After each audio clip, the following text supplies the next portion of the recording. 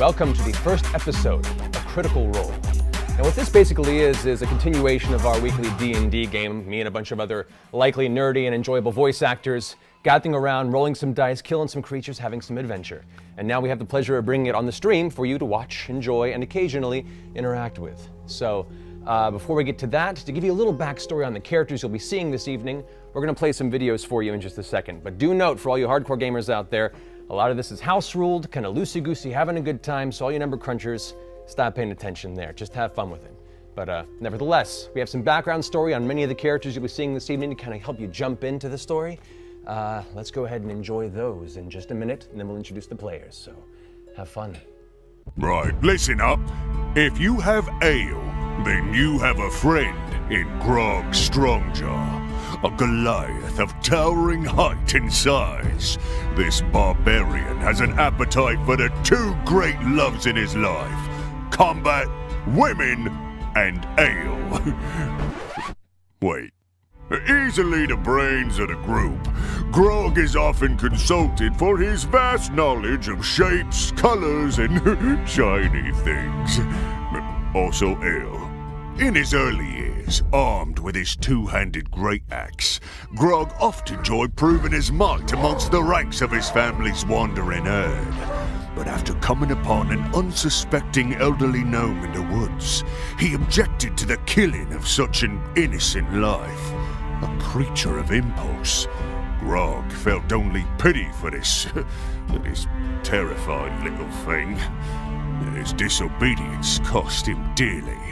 Beaten bloody and banished by the herd leader, his Uncle Kevdak, Grog was abandoned and left to die. Exiled from his herd, it was then that the relative of the very gnome he fought to save, saved him. It was the kindness of a gnome cleric named Pike that healed Grog, bringing him back from death's edge. And they have remained close friends ever since. Most nights, Grog can be found challenging entire taverns to wrestling matches, or accompanying Scadlin to the nearest house where you pay for lady favors. Also ale. A first impression of Keyleth would leave you with little information on the half-elven druid. You might even think that her social awkwardness due to her sheltered upbringing is kind of sweet. Of course, it would be unwise to underestimate her based on first impressions. Under that unintimidating petite frame is a vicious beast waiting to be unleashed, whose natural powers have made even the fiercest of champions pee their pants. Literally. Born to the air tribe of the Ashari people, Keyleth was raised with a deep love of nature and the elemental magics. It is her people's inherent duty to protect the delicate areas in Taldore, where the four elemental planes begin to bleed with this realm. Since she was a little girl, she had quite a knack for air manipulation and beast-shaping abilities. Well, if you consider kittens and flying squirrels to be little beasts, which I do. Anyways, it wasn't long before the headmaster of the tribe, her father, Corin, realized her true prodigious abilities, and she was inveterated to succeed him as the next headmaster. Just like that, her jovial childhood was stripped and replaced with endless spell memorization, teachings from ancient traditions, and exceedingly high expectations. Every druid leader-to-be must embark on a journey to seek out the sister tribes in order to introduce and establish respect amongst the fellow headmasters. They call this the Aramente, or Noble Odyssey. When her father felt she was ready, he set her on the path to truly discovering herself, not knowing when or if she will ever return. As she hiked down the mountain towards Stilben, she meditated on the task ahead. Part of the Aramente is proving yourself a strong warrior, a valiant protector, and a wise and compassionate leader. With this knowledge, one thought plays in repeat in her mind. Is she even worthy? Percy was the third of 7 children, born to a noble family who lived far to the north, in the ancient castle of Whitestone. With so many siblings to share the burdens of lordship, Percy turned his attentions to the sciences, engineering, and naturalism. One day, a mysterious couple named Lord and Lady Briarwood came to court. During a feast held in their honor, the Briarwoods violently took control of the castle, killing or imprisoning everyone who would stand in their way. Percy awoke chained in the dungeon, only to be freed by his younger sister. Together they fled, chased by the Briarwoods' men. As they ran, Percy's sister took several arrows to the chest and fell. Percy kept running, eventually jumping into a freezing river and floating unconscious to freedom. He did not remember waking up on a fishing boat. He barely remembered the next 2 years as he slowly made his way as far south as possible. Then one night, Percy had a dream. A roaring cloud of smoke offered him vengeance against those who destroyed his family. When he awoke, Percy began to design his first gun. Pike grew up in the outskirts of town, near the Bramblewood. Her ancestors were a family of deep gnomes with quite an unfavorable reputation. Thievery, destruction, and trickery left them with the curse of the last name Trickfoot. Sarenrae, the goddess of healing and redemption, had other plans for Pike's great-great-grandfather Wilhand, who left his family at a young age after a dream that changed the course of the Trickfoot family. Wilhand devoted his life to Sarenrae and pledged from then on that him and his family would live a life of service and devotion. As a child, Pike seemed to have an affinity to heal. Whether it was animals, people, or even flowers, she felt she had a purpose in making things whole that had once been broken. She studied and learned the ways to heal through divine magic. She lived a peaceful life, quiet and simple, until one day, Wilhand was captured and almost killed by a group of Goliath barbarians. One of the Goliaths took a stand against the murder of the innocent gnome, and he himself was beaten, bloodied, and left for dead, abandoned by his herd. Wilhand went to Pike for help. She prayed and healed this barbarian as best she could, bringing him back to life. When he awoke, she discovered his name was Grog Stonejaw.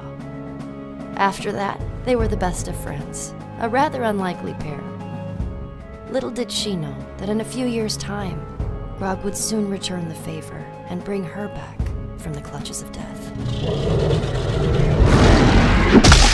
After being killed in battle, Pike felt angry. She wanted to be stronger so that it would never happen again. She spent 4 months at sea, training with the men and women aboard a ship called the Broken Howl. Gripping her holy symbol in one hand and her morning star in the other, this time, Pike is ready. Oh, you haven't heard of Scanlan Shorthalt? Well, gird your loins, ladies, because he has his eye on you. A talented musician, master of disguise, and dashingly handsome in his own mind, Scanlan sings songs almost as much as he sings his own praises. Born a poor gnome, Scanlan used his endless charm and soaring tenor voice to croon for coin and support his single mother. One day he was discovered by a half-orc promoter and joined Dr. Dranzel's spectacular traveling troupe, where he learned the ways of the world and honed his skills as a bard extraordinaire. A loner much of his life, Scanlan has never quite come to terms with the violent death of his mother at the hands of a goblin invasion. While his years on the road provided many, shall we say, educational experiences with the opposite sex, deep down Scanlan yearns for the one thing he's never known, the true love of a fellow gnome. Still, Scanlan considers himself a lover first, performer second, and fighter distant third. On the battlefield, he'll support his allies, but rarely draws blood, unless it's to protect fellow gnome Pike. Count on Scanlan for a hearty laugh, a rollicking song, and a twinkle in his eye that melts hearts and makes the females swoon. Greetings and salutations. I am Tiberius Stormwind. I hail from a town called Tyrix, located in the heart of Draconia, born from a politically respected family. At the age of 15, I succeeded in passing the Sorcerer's Rite, showing prodigy-like control of my magic. The judges and the Draconian High Council were amazed at how powerful my spells were for how long I had been training. At 20 years old, I was the youngest appointed member of the Magic Guild in Draconian history. For the next few years, I almost went mad from the malaise of being a guild member, as it's rather boring. However, One day I happened upon a chamber, unused for quite some time. In the room were stacks of books and maps of the surrounding cities and areas around the known world. For months I would frequent the chamber and learned of artifacts from legend. After a long period of research, I made a list of artifacts that caught my eye. I brought these findings to the High Council and was told that all of the information in the chamber I stumbled upon was either believed to be fiction or unsolvable mysteries, and hence were lost forever. I found those answers to be unacceptable. A year later, I devised a ruse and managed to convince the city council to lend support in me leaving Draconia on a mission of peace and diplomacy for the surrounding kingdoms, going from town to town and making friends and allies in and for the name of Draconia. Being a red dragonborn, I had quite the task on my hands in that respect, but it was exactly what I needed so I could explore the world and find these artifacts, as I felt the truth was out there. Some may describe me as buffoonish, but I say poppycock to all that. I am much sharper than most give me credit for. I just don't pay attention to things sometimes. I've also been known to be rather cunning, loyal, happy-go-lucky, and, well, dangerous. I can't help but show my true scales every now and then, but overall I think I'm quite friendly for a dragonborn. Never entirely welcome in the company of elves or men, Vax'ildan learned at a young age to skip past formality, preferring instead to invite himself in your door. Along with twin sister Vexalia, Vax was born by a chance encounter between elven royalty and human peasantry. Raised by their mother in their early years, the twins were eventually sent off to their father in the elven capital of Singorn. But their cool reception among the elves there never warmed, and their time in the capital didn't last. The siblings stole away one autumn night and set out on the open road. After a few years of wandering, they eventually decided to return to their mother and journeyed back to the lands of their youth. But instead of finding their childhood home, they returned to a pile of rubble. Their mother was gone, their home burned to ash. Pressing the townspeople for answers, they learned of the day the dragon came. With their ties all severed, Vax'ildan and his sister set out to find their fortune together in Taldore. An outsider since birth, Vax quickly learned to solve life's challenges in his own particular way, often by sidestepping them entirely. And when his knack for circumventing adversity isn't enough, the way of blades the elves schooled him in more than makes up the difference. Like so many half-elves, Vexalia has spent most of her life suffering the cool reception of a people who don't fully accept her. Born of a human mother and an elven father who only later in life took an interest in their existence, Vexalia and her twin brother Vax'ildan quickly realized the only people they could truly rely on in this world were each other. It was at the age of 10 when the two were taken from their mother and brought to live in Singorn, the isolated elven city for which their father was an ambassador. He quietly took them in, but always kept an icy distance, and after too many years of disdainful looks, the pair decided to leave his indifference behind and set out on their own. Vax took to the cities, stealing small trinkets and learning the ways of the thief, while Vex kept to the woods. She preferred the isolation. Always the keen observer, she learned to hunt and to track, to spy and to shoot, and through a series of fateful events, earned herself a companion in the form of a bear. Her own stolen trinket, to fight alongside her and protect her fiercely. Also, he is adorable and gives expert massages. Hey guys, welcome back. So, just to give you a little heads up, we are playing the 5th edition of Dungeons and Dragons. We recently converted over from Pathfinder, for those who play Pathfinder, and one of our players was a gunslinger. Which there are no rules for 5th edition, so I had to create and customize those for the game. So bear with us on that. It'll be an interesting ride regardless. We do have an 8-player game we've been running for 2 years, which is a little crazy, which is why we go a little loose with the rules. But it's a great group, it's a lot of fun, and not everyone can make every game, so we have enough players to definitely fill a party each time we do so. Just so you know, we're having an audio bottleneck. It'll take about 30 seconds to work itself out. Audio Any bottleneck. tech problems that maybe you want to murder someone? That's okay. Just a second. That's gonna happen in the game. You know what? It's okay to talk.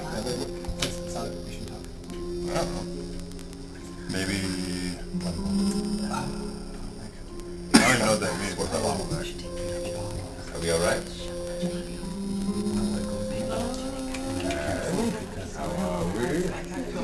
Only lip readers know you're going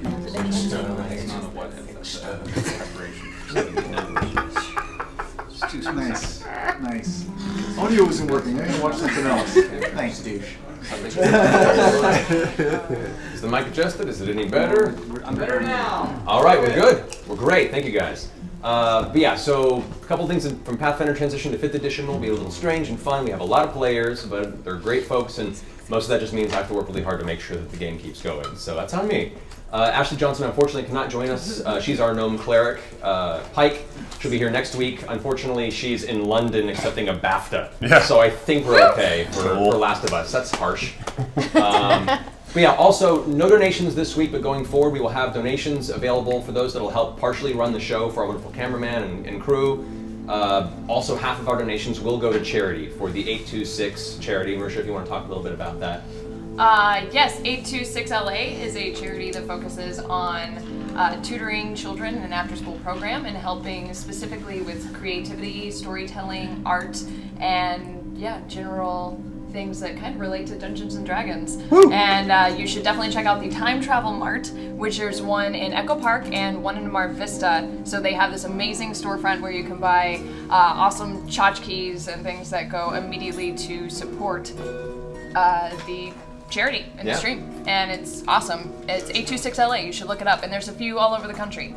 Yes. Woo! So, also as a heads up, because I saw some of you guys asking in the chat room, these videos will be available on the Geek and Sundry YouTube channel soon enough, as well as a more extensive backstory to the party. So we'll have all the content ready for you, so you don't have to memorize it, and maybe a bio page, I don't know. We'll figure something out. It'll be fine. But anyway, let's open that up. You know who I am, Matthew Mercer. I'm a voice actor, and been running this game for 2 years, hardcore nerd.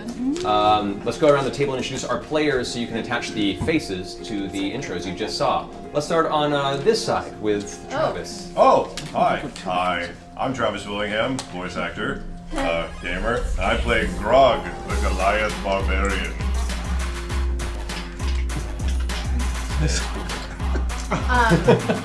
Hi, I'm Laura Bailey. I'm also, a voice actor like kind of everyone here.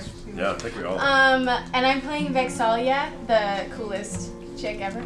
The ranger with the bear. The ranger with the bear named Trinket, in case you didn't catch that. His name is Trinket, and he's amazing. Hi, I'm Liam O'Brien. I'm playing Vaxiel Don, this one's twin. We're half-elven twins, and I started playing D&D when I was 13, and I can't believe this is happening, so cheers. Cheers to this.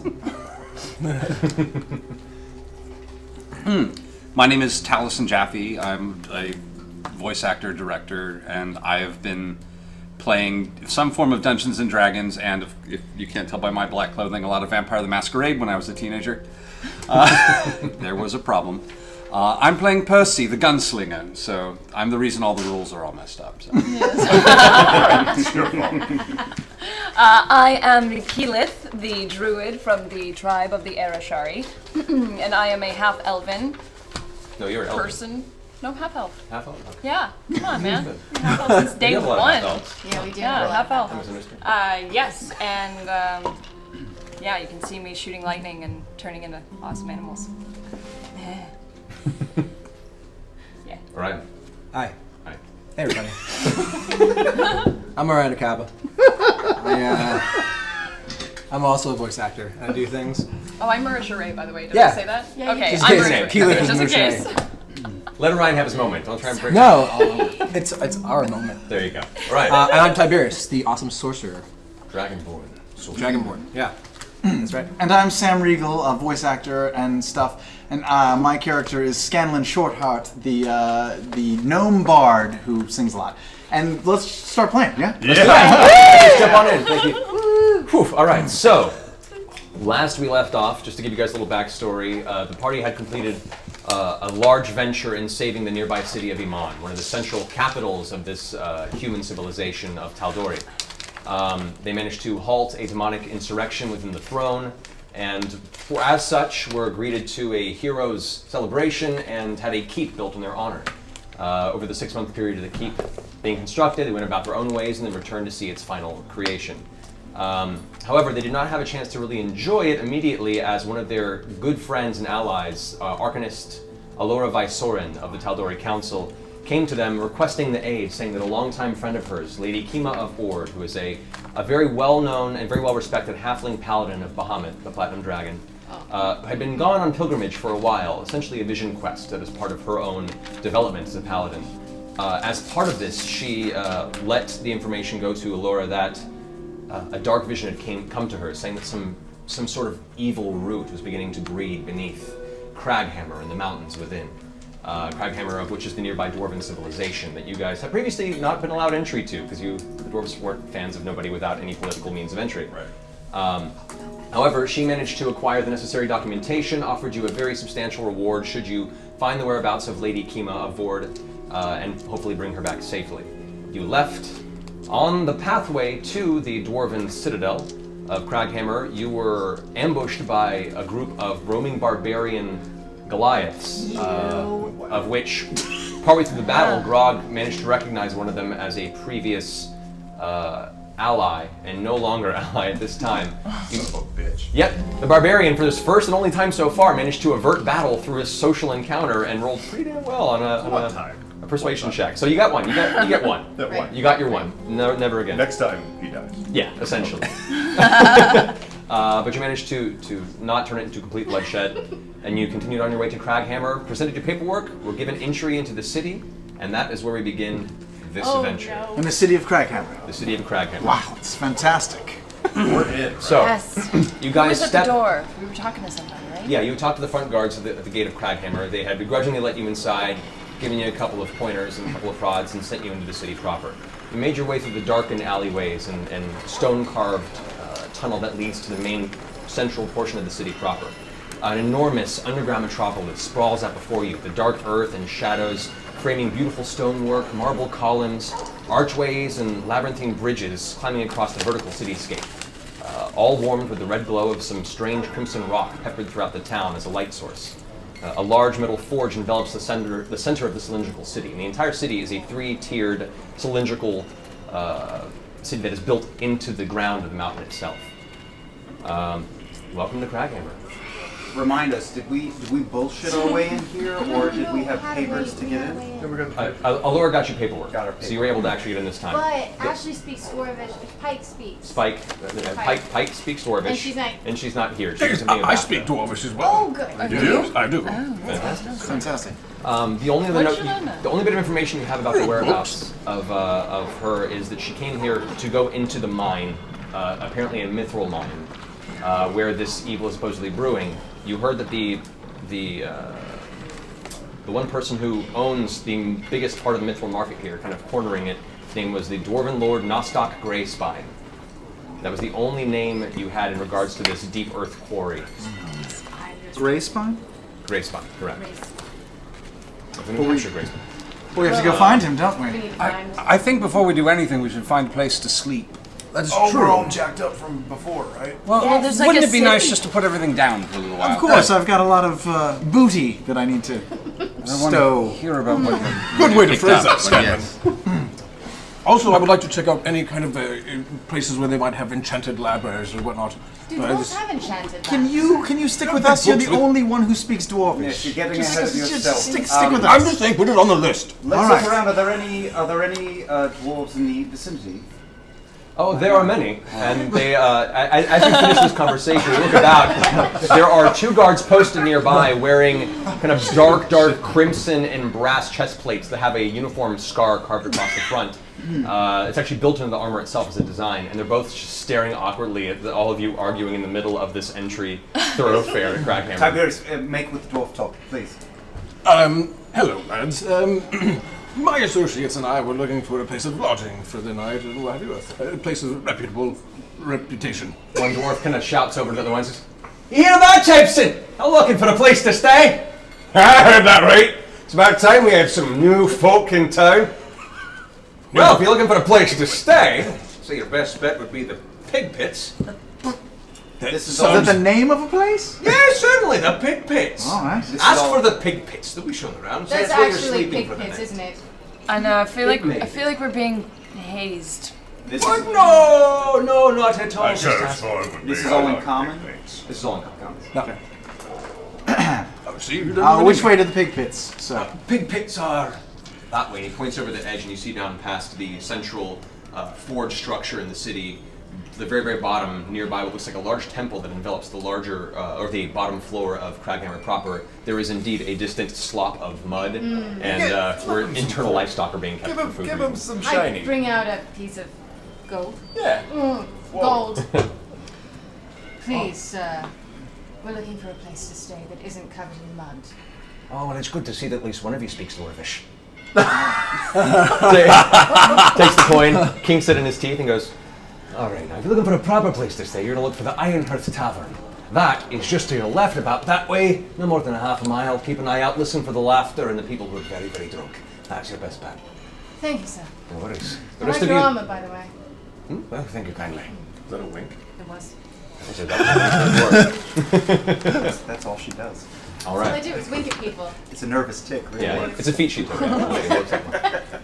You progress to the western side of the Craghammer rotation as you kind of curl around the central platform, making your way eventually to the outside of this rather large central tavern inn. As you walk up, you can hear music playing.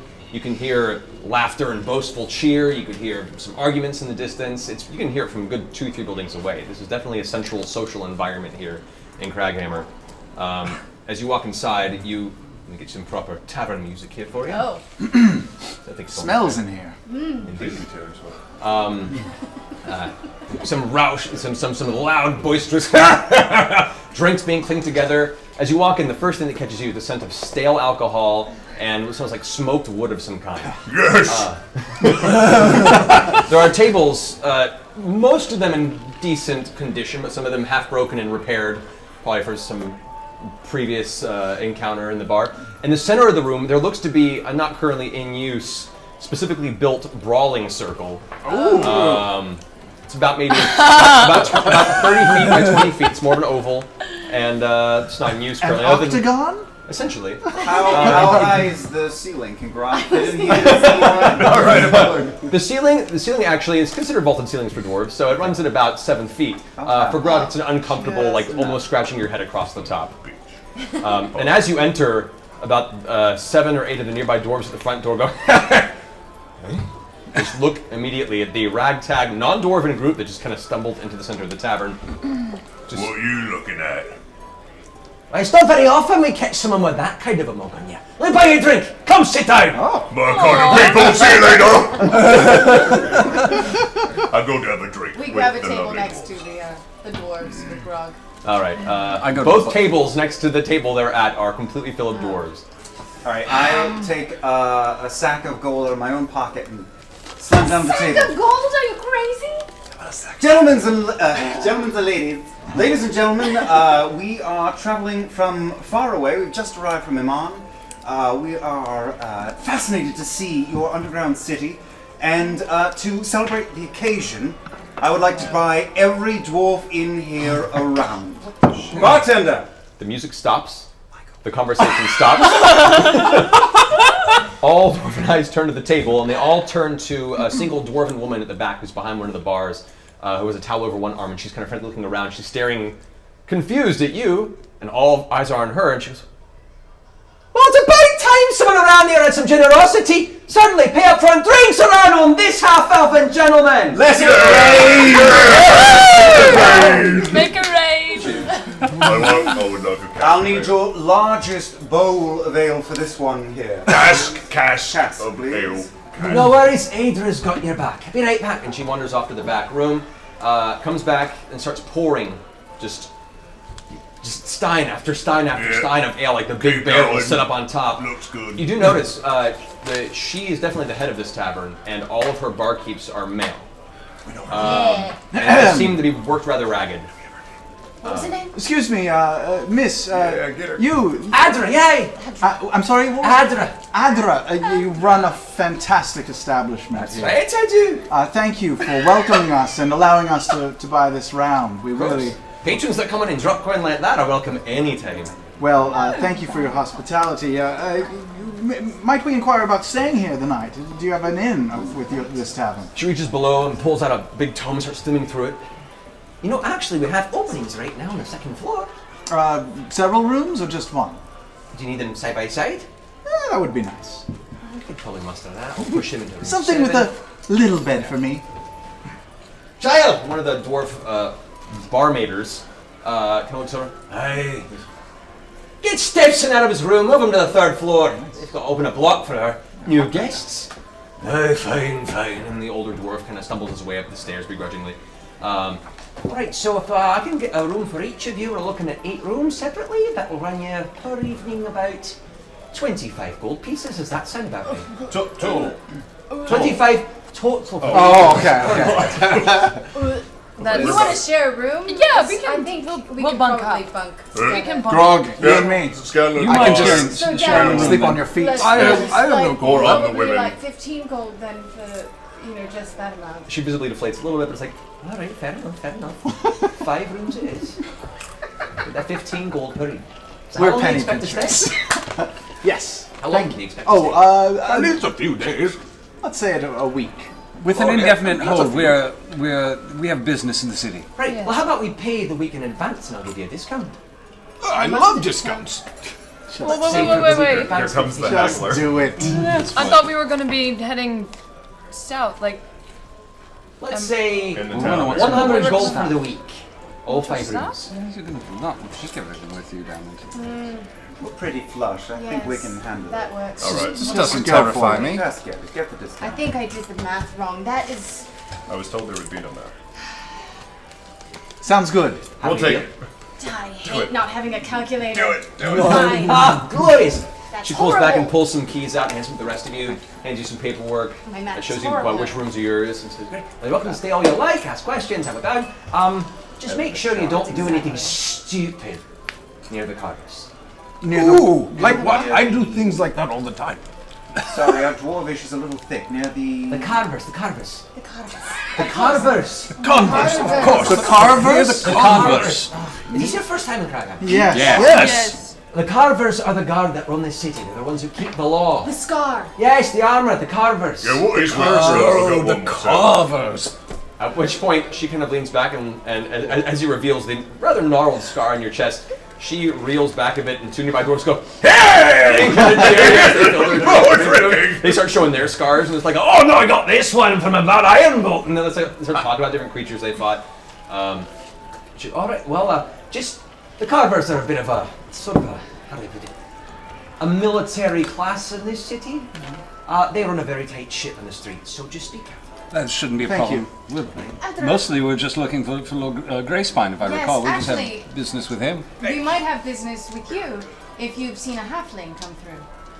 She thinks to herself and goes, No, there was a halfling woman, but she was staying at the Firebrook in The Firebrook. the bottom floor for a couple of weeks. In There where? was talk about her. She got in a few fights herself. Oh, she Oh, the silver armor, that one. Yeah. She was a firebrand if ever I saw one. Right up my alley. I like that one. How long ago would you say this was? Oh, she's been for a few weeks. I haven't seen her recently. Thank you.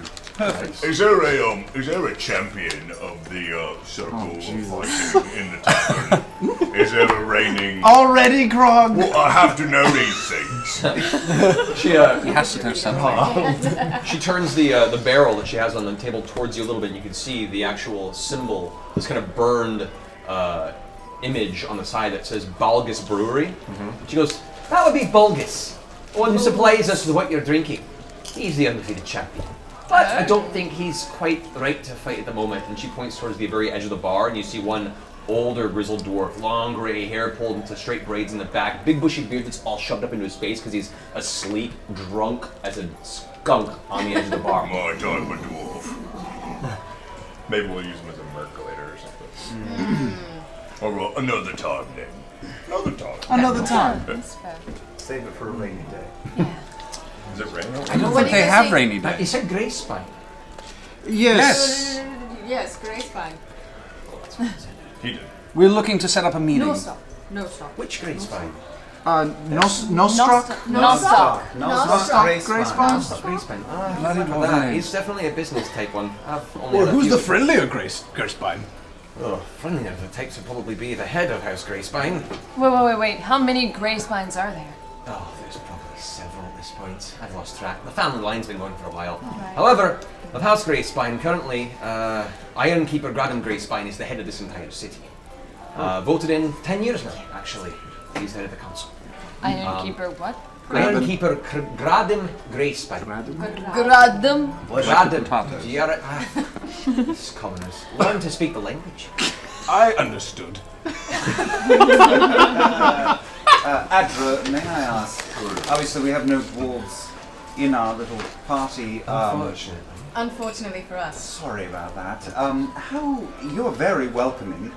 And appreciate that. How welcoming would you say the city is to outsiders? Are we going to stick out like a sore thumb? Probably. As long as you don't do anything stupid, I think, and as long as you keep the coin flowing, and as long as you stay to the upper levels. The lower levels, you get to more of the business, the miners, the forges, the foundries. Mines. That's when you get to the business area. That's where the guard gets heavier, and that's where folks don't like you poking near their money. So the lower levels would have the mithril mines. The mithril mine. There's one. There is one now. It's all been has been for quite some time, completely helmed up and run by House Greyspine. The Keystone Quarry is what you're looking for. But we're not really interested in that. We just Of want to course see not. the city. Our business I would is not elsewhere. recommend it. That's not without proper business credentials on that. You'll end up being questioned pretty heavily. Sounds like a dirty business anyway. Yeah, you gotta stay away from those miners, Scanlan. That's a dirty business. She gives you a look almost like it was a slightly racist statement, but then kind of passes it off because you paid her a lot of coin today. So racist. A little No racist. stock. Nostock? Nostock. Nostock Grace. Fine. Yes. You said that he's kind of a. Well, there's a reason he's the one put in charge of the mines and the businesses and the foundries. Where is he located exactly? Well, if he's not home at the actual Greyspine Manor, Oh, which is a right. sprawling house that contains old ones who live there. We're going there. He's probably down at the actual, at the, what is it? Let me consult my notes. He's probably down by the Greyspine Quarry itself, keeping an eye on the business there. There's a nearby dwarf at this point, kind of near, just having a few drinks, goes, "Oh, Greyspine, there's been troubles round there. Apparently a friend of mine works there. Got a big nasty scar last week. Wouldn't even pay him for his time off to heal. It's bullshit." Slams his drink down on the table. Down at the quarry? Hey, How did your friend get this nasty cut? he works there. Said there were things pouring out of the caves. Goblins and the like. Goblins? Goblins are nothing. Of course not. Says there's something other than goblins poking out through, so. Just saying, that business is in for a serious problem if it Does your doesn't friend change. ever have drinks here? No, he's been sober for 2 years. We're not friends anymore. Oh, I'm gonna tug his beard a little bit. I'm sorry. I think. Lots of Pours process. another drink. At which point, Adra slaps his hand and says, "Can you get that? You got one round." It's, right. Excuse me, Finishes his drink and walks one out. thing, are there any mystics in this particular town that study any arcane arts? Of course, what do you think? Dwarves are just a baseline folks who brawl each other. I Part haven't- of it, definitely. I mean, I haven't met So many racist comments. Jeez. But what you're looking for is House Thunderbrand. They're the ones who, by blood, have the arcane arts in their family line. Interesting. They run most of the enchantment process in the city. They also train. They call it train. Some of us call it more indoctrination. But they're definitely the focus of all arcane arts here in Craghammer. Thank you. So, Thank you for your time, Andrew. You carry on with your evening. We'll seek you out if we have any more questions. certainly. Now, if you don't mind, she scoots you aside as you see a line, a queue of dwarves behind her with their empty Waiting cups, for like their- waiting to get to her to fill up the drinks that you bought. Oh, that's sweet of All right. All right. Yeah. Enjoy, gentlemen. What time of day is it? Best that you can tell inside, Oh, you can't. right. But you just arrived, probably around 3 or 4 in the afternoon. Do So you're probably pushing sunset right about now. do dwarves carry the same schedule? I don't know. Does anyone know? There's only one way to find Make an out. intelligence check. All right, cool. roll it. First die roll of the show. Nice! That's amazing. 18 plus, what is that, investigation or insight? This would be just a straight intelligence roll on this one. So just Oh. your general knowledge of dwarves. Oh, 20 then. 20. That's not too bad. All That's right. not too bad. In your experience, You know, dwarves, depending on their lifestyle, what they do for a living, their clocks can run differently, but for the most part, they run in tandem with most other races, just because it makes it easier for dealing with outside forces. But, like I said, it's very variable. There is no like set block time of like, this is morning, this is evening. They just kind of sleep when they need to and wake up when they need to. Alright. Good to know. It's like living in Alaska. Kind Right. of. Should we go to the fire? Dwarven Alaska. Dwarven Alaska. I think, Yes, yes. fellows, Two what things. should we do? What Check do you out the know? fire Alaska. brigade. No, Yes. The fire, that was where, Lady Kimmy Kima was was staying. And seen also, last. I think somebody should run reconnaissance on Grey Spine Manor. Like, Yes, stealth I maneuver? don't think we should try to go directly to the mines and find Nostock. No. I think Agreed. maybe we should enlist the help of a dwarf here in the city to introduce us to Nostock. I mean, we're not trying to raise hell or bring down 1,000 dwarves upon us. No, and there's No. no sense attempting to be Although subtle. that does It's not sound like fun. Everyone's going to know that we're here and what we're looking for Yeah. by Why don't we morning. get old drunky graybeard that's got his face down on the bar to do it? He's very... Well, let's ask him. Maybe he's drunk enough to help us. Saddle up, Grog. Me? People seem to like you here. Yeah, but I'm really. Oh, that's You're true. the connoisseur. Yeah. Maybe I'll part my armor. Go so show you can him see his the scar, scar. see what he does. Post up on the bar. Let Take him a touch drink. it. All right. Take him a drink. I would like Yes, to take get a a very large drink. The largest goblet you have of ale, and I would like to go over to, what was his name, Bulbous? Balgus. Bulgus. Bulgus. I had it right. Bulgus, and I would like to, I'm coming with Grog. yes, and I would like to go up and put my scarf and post up on the bar and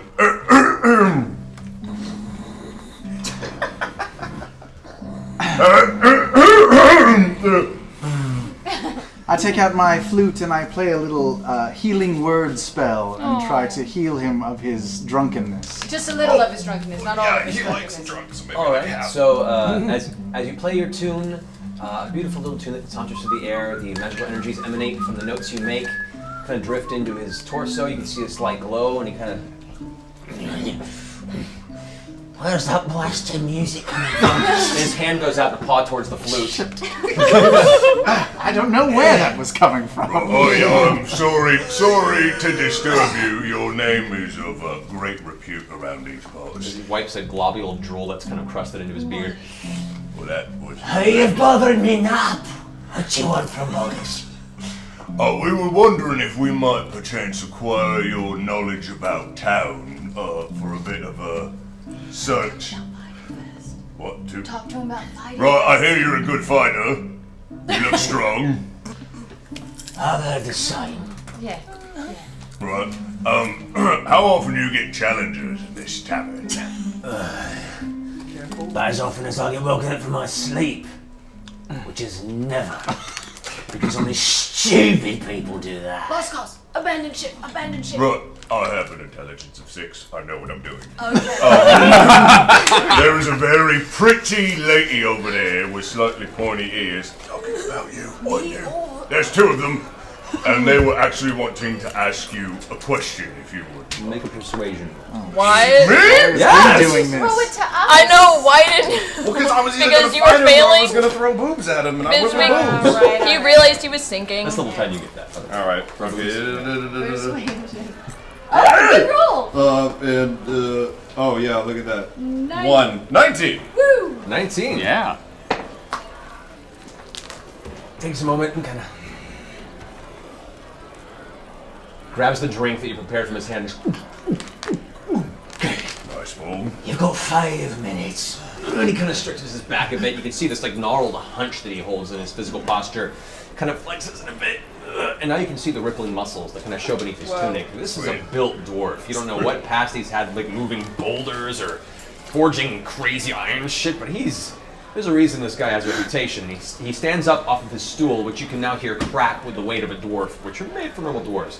This guy's solid muscle. And he starts kind of saunters over. He looks about for a second, almost like he's looking for his next target. Sees the pointy ears, and goes, and just saunters up to the table, slams his hand down. Why is he coming towards us? Why is he? Because you're supposed to ask Boobs. him. What is Boobs. Steady as she goes, ladies. Sits down. You're better at this than I am. You've called for Bogus. Why? Oh. Hello, Bogus. Hi, You're so... Bogus. We just heard you're so impressive and masculine. Yes. We really wanted to talk I to use you. my earring of whisper to Vex. Cool it down. Oh, okay. Calm down. Not so sexy. Just be tough. I reach out and I stroke his bicep. God, because I can't hear that. I use it again. And I'm like, what Make are a you doing? persuasion check. Keyleth, stop doing that, dude. Disagree. Roll well. Persuasion Roll check. so good. I'm really Roll low like in you had one of charisma. Really awkward. By the way, roll one of these. Persuasion. Roll your persuasion. Oh. Oh no, what was it? I rolled a 2. Ignore my friend here. Plus my persuasion of 0. Why am I not talking to you? As your arm reaches for his I didn't bicep, say anything, I just touched him! as your arm reaches for his bicep, his hand, with belying his grumpy, half-asleep haze, with unnatural speed, reaches out and just slaps your hand aside, not painfully, but just No touching the drunk dwarf. Respect. Sorry, pardon my friend, but she's just so impressed with your muscles. We've heard amazing things about you here. Have you? We have. Tell me what have you heard? We've heard that no fighter can match your You've heard skill. correct. You've heard correct. We've heard that you know more about this town than anyone else. I've been around it. Yeah. I bet nobody knows more about the Grey Spines than you do, and they've been around a long time. That lot of political ass minds is what they are. Ass mains? Not keen to them. Ass minds. Oh, Ass okay. minds? They've got minds of an ass. Oh, Yes. okay. Ass Oh, minds. I thought you meant like minds that sorry, go ahead. No, ass minds. Yes, they have ass minds. Grey spines are no friend of mine. No, I've heard they're terrible. What do you do, Bogus? What do I do? Intimidating. I own the brewery in town. You do? The only one. The best brewery. The only. Of course it's the best. I put everyone out of business. We export to most of Taldori. This ale is amazing that I'm drinking right now. Damn right it is. You set it down and he takes it from your hand a little bit, takes a sip of himself and sets it down again. So it seems that you aren't challenged often in business and in fighting. I saunter over. Hello. Oh, My name is Tiberius. We're all gonna You glance somewhere. Dragonborn. Ah. Oh, I haven't fought one of your kind in a long time. Oh, who was the last Dragonborn you fought? Do you remember his name? I recall his name was Broken and Bloody. I think that's a friend of yours. No, I know the Bloody family. They're terrible people. Anyway, my associates and I were wondering if you would mind accompany. Is that what we're doing? Trying to get him to come with us? Anyway. We're trying to find out more about Grey Spine, where Yes. it might be, who his associates might be. Gee, I'm so glad you came. Would you like to accompany us on this journey that we're taking? Oh, God. We're trying to find the Grey Spines. And you seem like you would want to come in on this. We think there might be something rotten in the mine. Make a persuasion roll. Oh, You can boy. I'm assisting in this persuasion God. roll. Good Well, it God. just means he gets advantage. I thought we wanted to go to the house. Oh, I get advantage? No, 20, he does. 21. Yeah, so you get advantage of this. So I rolled twice. What was the first thing you rolled? 3. And I'll take the 18. Definitely take that 18. Oh, plus my, Persuasion. So he looks you keenly with, which is a 9. which is a 9. Yes. What? Whoa, you have a 9 persuasion? That's why I talk. He's pretty charismatic. So he goes, Well, no, I don't really want to go anywhere with you. Oh, but if you're looking to go ahead and talk to the Grey Spines, you don't want to go empty-handed. No. It's customary to come with a gift of some kind. What might they like? Well, let's just say I have the finest brewery in the city. Oh. And I have some fine, very rare, very exotic drinks that I could perchance sell to you. Hey, the dwarf. How much for this exotic ale? How exotic you wantin'?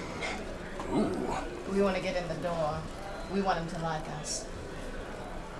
I can give you the finest of Thistle Branch dark blood wine. This was crafted by myself from a rare blood thistle branch that I had brought over from the far-off city of Camorda. This I personally oversaw. It took me 4 years to fill this barrel full. It will cost you 500 gold pieces, but is a king's right wine. Can I do a persuasion check or a perception check? See if he's lying. Just be insight. Go ahead and roll an insight check. I'm gonna walk over to Grog really quickly. Oh. Oh! What's in the bag of holding? 27. He seems too drunk to lie. Let's Okay. just do it. And in I'll tell you what. Perhaps he would But is it maybe... worth 500 gold? Probably. That's... We have some very Put forward a rare wager. items with us. In an that oval. I think you might be interested in. Make it quick. You've got 1 minute. Do you We've have got any 1 thoughts minute. on this, Grog? We've got. What? My Well, time's far worth the 500 gold you've already been talking about. We've got Yes. this Seems like it. with us right now. We got a bunch of dragon pieces. We've got. Do you like dragon pieces? A dragon. We got 37 dragon teeth, 1 dragon eye, 4 cups of dragon blood, 39 We've got dragon this blood. cup of dragon blood, which I know Grog. Battle can be wager. added to ale or wine and makes it quite sensational. He takes the sealed cup and sloshes it around in his hand, and you can see the actual That dragon liquid blood is is really coagulated to expensive, such a point that it's less of a blood and more of like a gelatin. It's Right, Exactly. A spoon of it. He peeks open. Yes. I think that's really expensive, actually. I can have the surprise, but if you want to do a straight trade for the barrel, or this, I'll take you on that. Just go for We it. have 4 cups. All right, fine. 1 cup of it. We have 4 cups. Yeah. All right. Takes the cup, kind of puts it into a small satchel on his side. Adra! Aye, what you want, you drunken bastard? They've bought me thistle blood wine. Take it out back. Here's the key. And he tosses her a key. She grabs it and goes, Really? Just walked in. They're paying fancy. comes back with 2 other of her barmaiders who are begrudgingly carrying it with her. It's a nice barrel. It actually has like a gold trim. The actual bands that hold the wood together is in itself gold.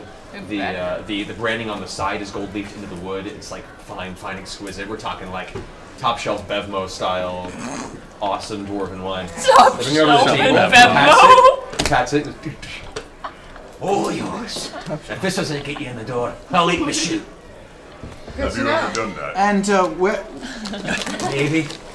where might Forget all nights. where might that door be? Minutes up. Have to ask around. But it's great doing business with you. And he gets up and walks away We from got the table. I put it in the bag of holding. It does not fit in the bag of holding. What? The barrel is too big. You barely You got can carry it got all. Dork the ox Strap in there. that to your Which, for the we record, got- they did fit but the we small did. ox into the bag of holding, and then realized later on that there's no airflow. killed ox. That was the I feel like we weren't going to discuss that. I felt that was in the past. Maybe if we I thought it was a never necessary story. drank some of it, it Pull would out fit. The barrel. It doesn't work like that. Oh, yeah. Is that still in there? I don't No, know. we actually got rid of the troll deck. Oh, okay. Can we trade the troll deck or something? I thought we used it as a I weapon. offered it up, and by that time it had like turned into like a slimy. Ew, Val. It was still I thought we impressive, threw though. it at somebody. Can I stop Adra then, and ask her where Greyspine Manor is? Keep Manor, whatever. Manor. She pokes. She's like, well, I can have him do it. She pokes one of the barmaiders, who kind of turns around. This one's younger. He looks like he's kind of frazzled and maybe new here, or at least trying to make his way. He goes, Okay, I can show you around. Just follow me outside. Come, follow me. He walks out. He's got a little like an apron on, and as you guys leave outside, he brings you to the edge of the outer walkway of the central ring you're on. He points across the way, and what you can see is a series of marble pillars that outline what looks like a residential district that opens up and consumes the other side of the central ring of Craghammer. He says, So if you look past far in that way, you'll look for the house of Greyspine. It's the one that has dark black marble with gold tint in the inside. The spiraling vein of the marble is gold. Nice. The gate outside is a wrought iron black iron that's topped with a series of pikes, and which Pike kind of awkwardly looks seconding, not understanding. And the real key point is, if you look in the front yard, you'll see a dwarven statue of the current Iron Keeper himself. So that's where you want to go. You're very helpful, young man. Thank you. so much. Of course, if you get the chance, you could fill out a little form saying how helpful I've been and give it Oh, to there's you. suggestion cards here? Great. I would love to. Here, he pulls pulls out a small parchment, hands it to you. It's handwritten with a couple check boxes. You should give all of us a copy so you will have multiple. Yes, I don't have one. Oh, that's fine. Sorry. Confidence. We have Confidence a needs wonderful improvement. writer. But He can- the rest all excellent. That's fine. Why not? It's what I do, apparently. And he runs back into the tavern. All right. All right, shall we go to the manor? Do we want to do the matter right now? What time is it? Wait, we never slept. It's 5 probably. or 6. We gotta sleep. I'll help You you. guys I know can Might make what's not some want right. to bug him Thanks. when he's, having dinner. Because let's be honest, that gate's gonna jack No, us up. stop Oh. the dick. It's gonna be full of trouble. So sweet. All right, yes, let's go sleep. Let's sleep. Wait, It's only 6. While before. Well, then we have How time long to is do a other short rest? things. How long is a short rest? Short rest is around 10 minutes or so. I want to take a short rest. You've technically been short resting in the tavern. Are we- It's more of like a post-battle, like What was it? Okay. take a breather, bandage your wounds, kind of just settle yourself after a harrowing experience. That's more a short rest. I'm sorry. What was the arcane mansion? The manor? Oh, what you're looking for is the House Thunderbrand. I want to head in that direction. Okay, so you're inviting from the party? Okay. I'm going to House Thunderbrand if anybody wants What to are you doing? I come. can't understand you with that popcorn in your mouth. Scanlan and I would like to have I'm going to House Thunderbrand before turning in for the evening. Oh. I've had a nice little short rest, and I would like to ask them a few questions. All right. Yeah, go ahead. Okay. Cool. You? No, Is there any recon that's going to happen I tonight? think you and I are going to go to Grace Fine. We'll check out the house. Do you need any help? Sure, you can come with No, us. I don't want you to say yes. No, we'll stealth our way. But just a moment, Pike, you seem very distant. Are you all right? Is Pike's not is Pike listening. She's okay? looking You at the seem chat room. distracted. Is she feeling ill? Does she Pike- need to lie down? Pike is feeling, and for those who are curious in the chat room again, once again, like elements of this are house ruled, so don't complain. Oh. Complainers. We keep short rest to 10 minutes because it makes it move faster. All right, so Pike is kind of going along. She seems to be a little distracted. She can't quite understand. She says, I don't know. I feel like I've been here before. It's hard to explain. What? What? Anyway, I'm probably gonna go ahead and rest for the evening, and she heads back to the temple. As long as that, man. We'll find out next week. But first, What did she say? whores in the bedroom. Lovely. Lovely. Grog and I go in search of a, shall we say politely, whorehouse. The polite term. Well, the cleric's away and the bard shall play. Look, we need a massage. You You find and I On my stealth. property. Yeah. you guys make your way to the Grayspine Manor. You guys have that. You head to Thunderbrand. Is Grog gonna find someone his Percy. size? Oh no! Percy and I spent some time making some really nice Comment comic cards. cards for Going to make some All right, beautiful awesome. comment cards. what's his name? His name is Balan. Balan. We're He's gonna make some wonderful adorable, I comic love cards for Oh, Balan. Percy is wonderful with calligraphy. You showed me. Yes. Yes, thank you. All right, so you get to that. You guys do manage to find what's called the Stone's Pillow. The Stone's Pillow is The Stone's Pillow? Stone's Pillow. Love it. It's an establishment of comfort and ease, and will run you both for the evening as you are not Craghammer locals. 30 gold for the night each. A bargain. We'll take it. 30 gold. But what sort Why of is everything so much more expensive here? ladies will we find there? You Bearded ladies. What species? I'm sure the madam of the house introduces you to a spectrum of ladies, mostly dwarven and very attractive. You know, They're not gnomes, This is a nice but- establishment. There is one gnome, one female gnome. There are a number of male dwarves as well that are standing at the ready. There is one elf that looks a little shy and kind of like embarrassed that Goliath walked in. Yeah, so That's our choice. those are the choices. I'll take the tallest one. I'll take a dwarf. Okay.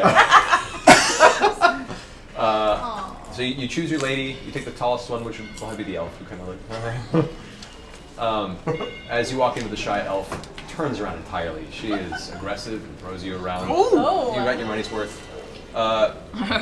You get manhandled in a way that you. Ah. You're gonna be sore in the morning. You're gonna be sore in the morning. Thank you. Welcome to Craghammer, gentlemen. I like it All already. right. You guys. Yes. Both. Are you just walking up to the manor? Are you No. doing? No. We're gonna try to check out what it looks like. Okay. See what the guards are like. Yeah, we'll pretend to take a stroll. Yes. Pose as a married couple. Ew, no. Just for the purposes of sneaking around the I house. don't know if that's illegal in Kraken. How about we pose as brother and sister, creepy?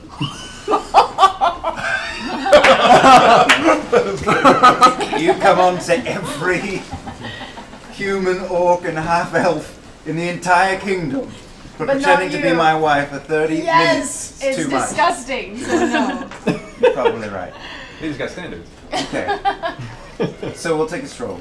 Okay. Shop, see what the area is. As you enter the residential district, it is dark, and you see the redstone that kind of permeates the area for a low gentle glow of the entire city is now clustered into these kind of street lamps that are throughout the entire location.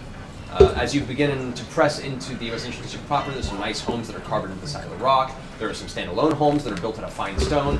You eventually make your way towards the nicer part of it, where you start seeing some of the more marble buildings, some of the more exotic stonework being used in the construction of the homes. You also notice 3 of the guards that are part of the city's establishment there are following you from behind curiously. Oh shit. The carvers. No weapons drawn, but definitely hands at the ready. Okay. Well, we could just keep walking. We could, that could be bad. Yes. No, we just want to look at the house. I mean, we're not going to Louder. go sneaking. Let's be very obvious about it. Louder! Louder to the mic. Okay. Let's say which ones are very obvious about being pretty, so we look like we're just sightseeing. Yes. All right. So as you continue to walk, eventually some of the dwarves approach. And one I goes, point and say, "Oh, look at that one with the carving! It's amazing, The architecture is divine. divine." They're posing as the Howls? It's look at this wall. The marble texture on this is awesome. So, you get about 20 more feet before you get help! Help! Oh my! Yes. You foreigners are wandering too far in districts you don't belong to. What's your business? Oh, I'm so sorry. I was just so amazed by the architecture here. I wanted to see the beautiful sculpture. We definitely are visitors here, sir. No one has explained, I guess, the rules Yes. to your city. We were just taking in the fantastic architecture and history of Craghammer. We It were really is told there was a amazing. beautiful sculpture down the street of the ruler of Craghammer. Make a persuasion roll. Oh, Jesus. Oh god. Either of you, whichever you prefer. If only I was there. 21. That's good. All right. All right. Wow, well, pretty decent. The guards kind of look at each other, and the one that was talking to you, you can see now as you kind of get a little closer into the light, kind of a frazzled black beard that's put into a very, very tight braid that goes down to his belly button, all wearing the same basic chest plate, long black kind of velvet cloak behind, each carrying some sort of heavy war hammer around the side of their belt. Steps up and says, Well, just to tell you the rules here, if you're going to go ahead and wander at night in a very expensive district, you don't want to do it by yourself, because you either have chances of being mugged or arrested. We might have arrested you. Oh no! I'm so sorry. Do we need protection? and one of them looks over and sees the bear that is off in the shadows nearby. I got trinkets. As What Trinket is that like bear quietly doing? trying to keep up with its wonderful master, like, come along, Trinket. There's nothing to be scared of. What's a bear doing in Craghammer? They all grab out their war hammers. Oh no, please! He's quite harmless. In fact, he's very scared of most people. He's completely trained. He does tricks. He Doesn't he do does. tricks? Trinket, show them your wonderful shake trick. At which point, Trinket kind of like, just kind of shakes her whole body. I got him. He looks at you confused. And he makes her paw up and If you put your paw out, if you put your hand out, he'll shake your hand. Yeah, see? Dwarves take a step back at the claw I would not motion. do that. That's all right. I would say, if that's your animal, Yes. don't bring it here. Oh, good to know. Good to know. Trinket, head back to that tavern, would you? People are getting nervous. I love you. Tree begins to walk back. You can see a couple of other dwarves that are wandering, carrying some packages on sides. Make a very wide berth around this armored bear that's kind of solely moping its way through the streets of Craghammer. What could possibly go wrong? Don't worry, he's a sweetheart. He's adorable. Oh, you hear in the distance. The one dwarf's like, look, I'll show you to the statue, and that's it. And you gotta go. Thank you. I don't see many animals, and honestly, I'm excited to meet you. So let's do this quickly and come with me. And he leads you further into the cityscape. Down the road, you end up going through a few buildings. You find one large wrought iron fence with a series of carved spikes towards the top, and you see a beautiful dark marble building with the gold trim. Oh, this one's amazing. This is what you're talking about, Grease by Manor. What a rich sons of bitches. Wow. So you said the Grey Spines own this one? It's Wow. stunning. We only heard about the building itself. What can you tell us about the people who live here? Bunch of rich sons of bitches. Well, we can tell Actually, that. Ironkeeper's all right. He's been doing a great job. The rest of the family can suck off. Oh, really? Not liked by the rest of the city, then? They have friends everywhere, but I personally don't like them. They run business pretty down. They work most of their employees to the ground, to the bone.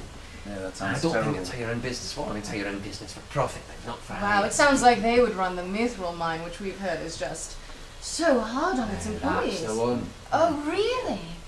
Yeah. I don't go that far south. Oh, Doesn't really? interest me. Nor Smells us. like brimstone. Yes, I don't blame you. We prefer the company of good, hard-working people like yourself. We're very impressed with the work the carvers do in this city from what little we've seen so far. So hats off to you. I appreciate that. Yes. You know, it's not easy life. You're kind of born into it, and we spend most of our time training, which can get very boring. You see the two of the dwarves that are now about 3 steps behind go, All right, Damson, we've got to get back to our poses. Oh, sorry. Look, we've done too much. Just follow us back. Go back to your business. Don't linger here at night. And good luck. Thank you so much. Thank you. We follow for a couple of blocks behind them for a Make bit. sure that they're paying attention to us. Yes. All right. They bring you back towards the entrance of the residential district. And then we stealth and Split go. off. Yes, we can split off. All right, roll stealth, both of you guys. Alright. Am I currently being beaten by a whore dwarf right now? Make a constitution check. Constitution check? Hang strong, buddy. That's a mouthful. 18. Hordorf.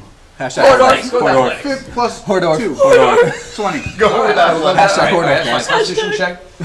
You have impressed your female dwarf. Are you making a sex check? By the I'm middle of sex hour checking. 2. Hordorf.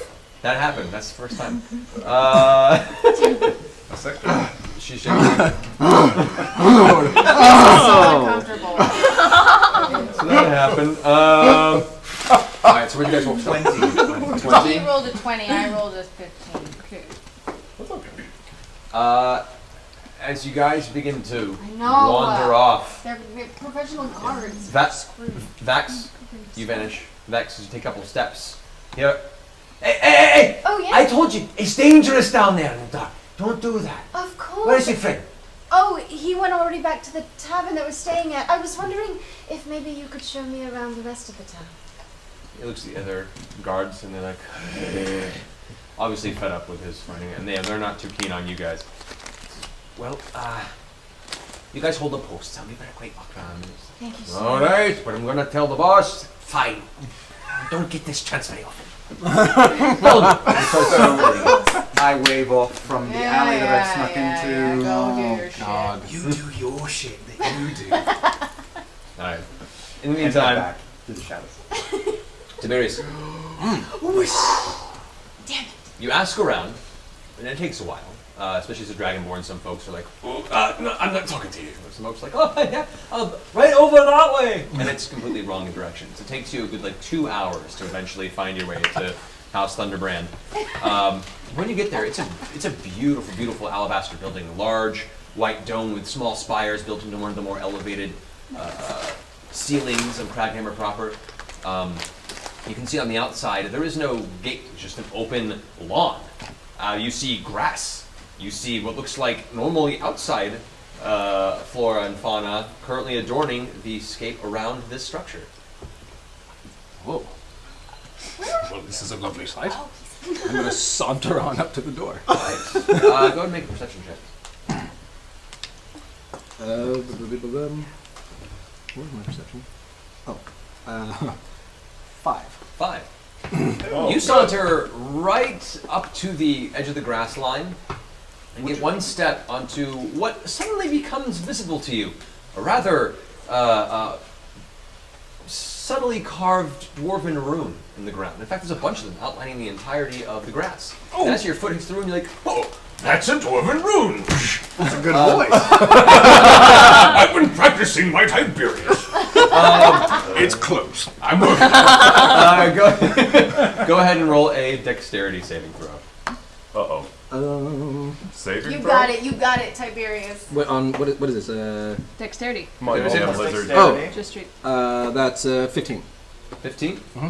All right. You manage to pull back to lessen the impact, but a bolt of bluish energy bursts out from the rune in front of you, throwing you about 3 or 4 feet behind the rune. You catch yourself. You do suffer 8 points of thunder damage. Okay. Damn gated communities. This is why we go to brothels instead of sneaking around at night. No lightning. It's a whole different kind of damage you can suffer. Okay. Well, I dust myself off. Apparently this has some sort of security. Hello? Did anything happen? You wait about 2 or 3 minutes, no response. Okay. 2 to 3 minutes, that's a long time. Yeah? I have a feeling they're gonna respond to the crazy guy. Yeah, very well. What are you two doing? We're making comment We're making cards. comment cards. Yes. You're all going to have comment cards that Hugely you are important. expected to fill out when you return back Hugely Yes. important. to the bar. Yes. Because what was it? Baldus? Beldus? Bulgus?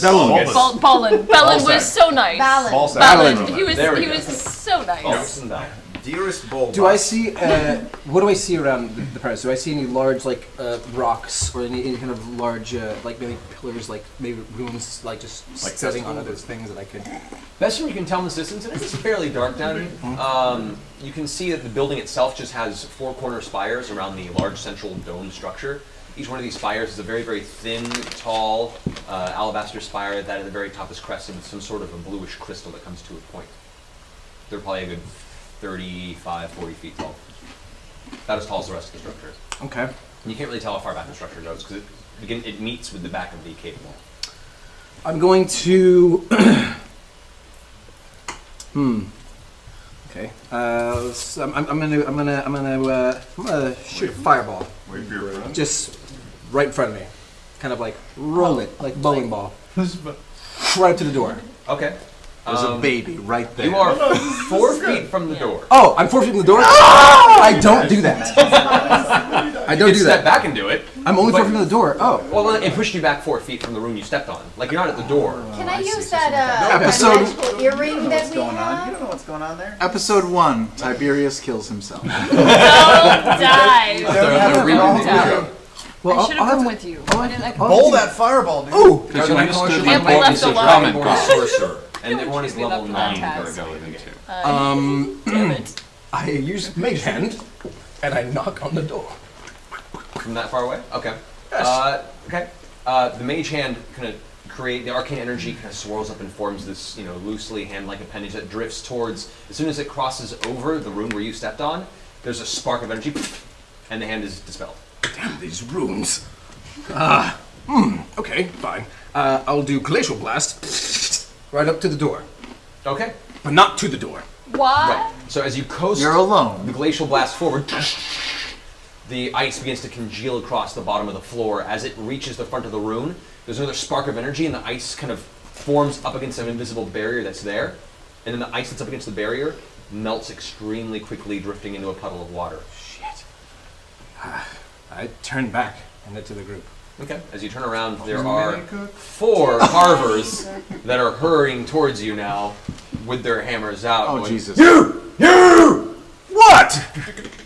They all kind of surround you on all sides. You have a dwarf at each corner. Like, You have attacked one of the great dwarven families of Craghammer.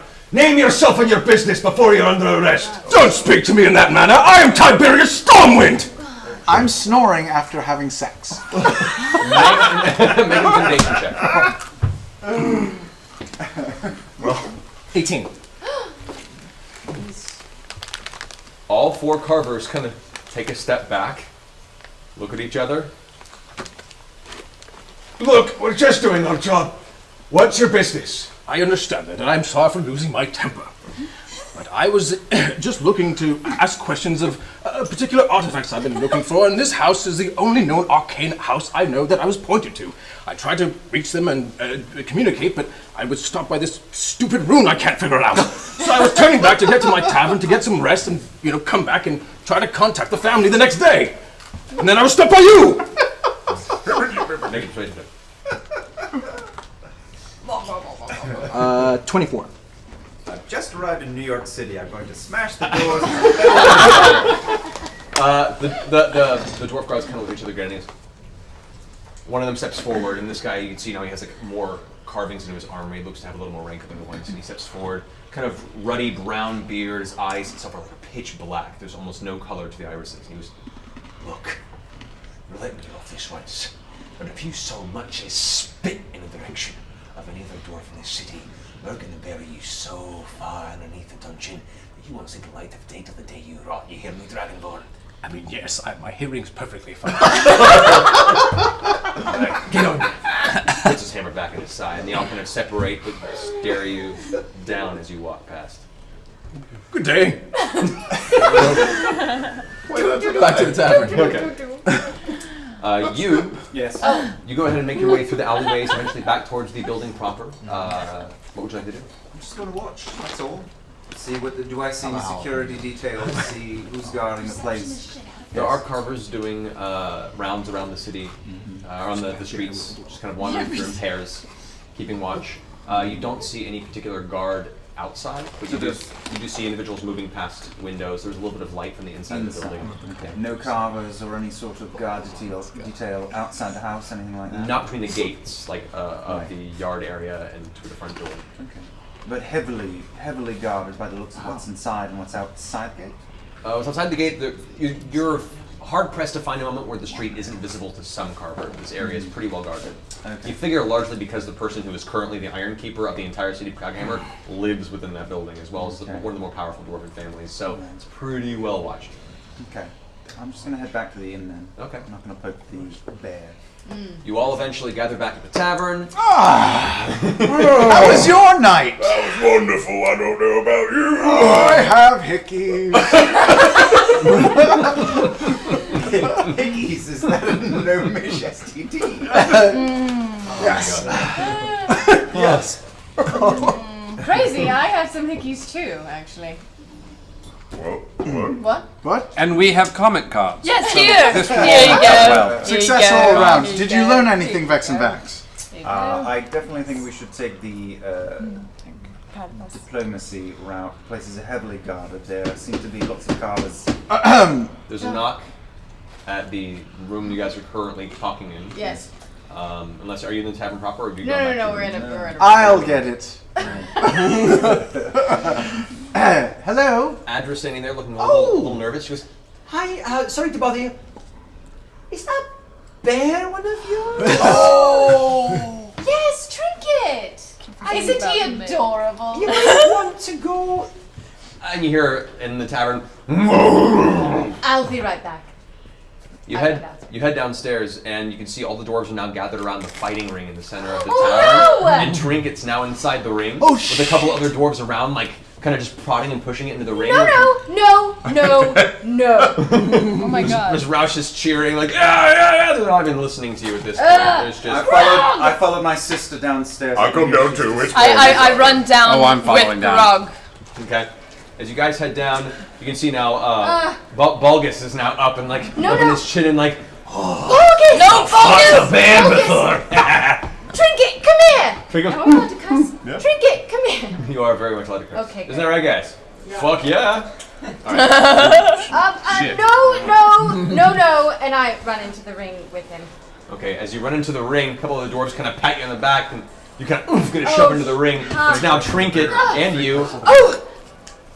I'll take on this bear.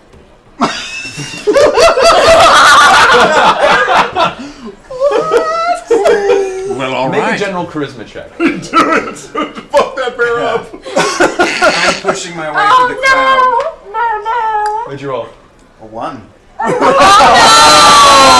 Yes! First one of the series, everybody! First one. So as you rush and you guys are coming to the front, you see Volgus sees this, and now you can see both eyes are open, which means he's sobered up a bit.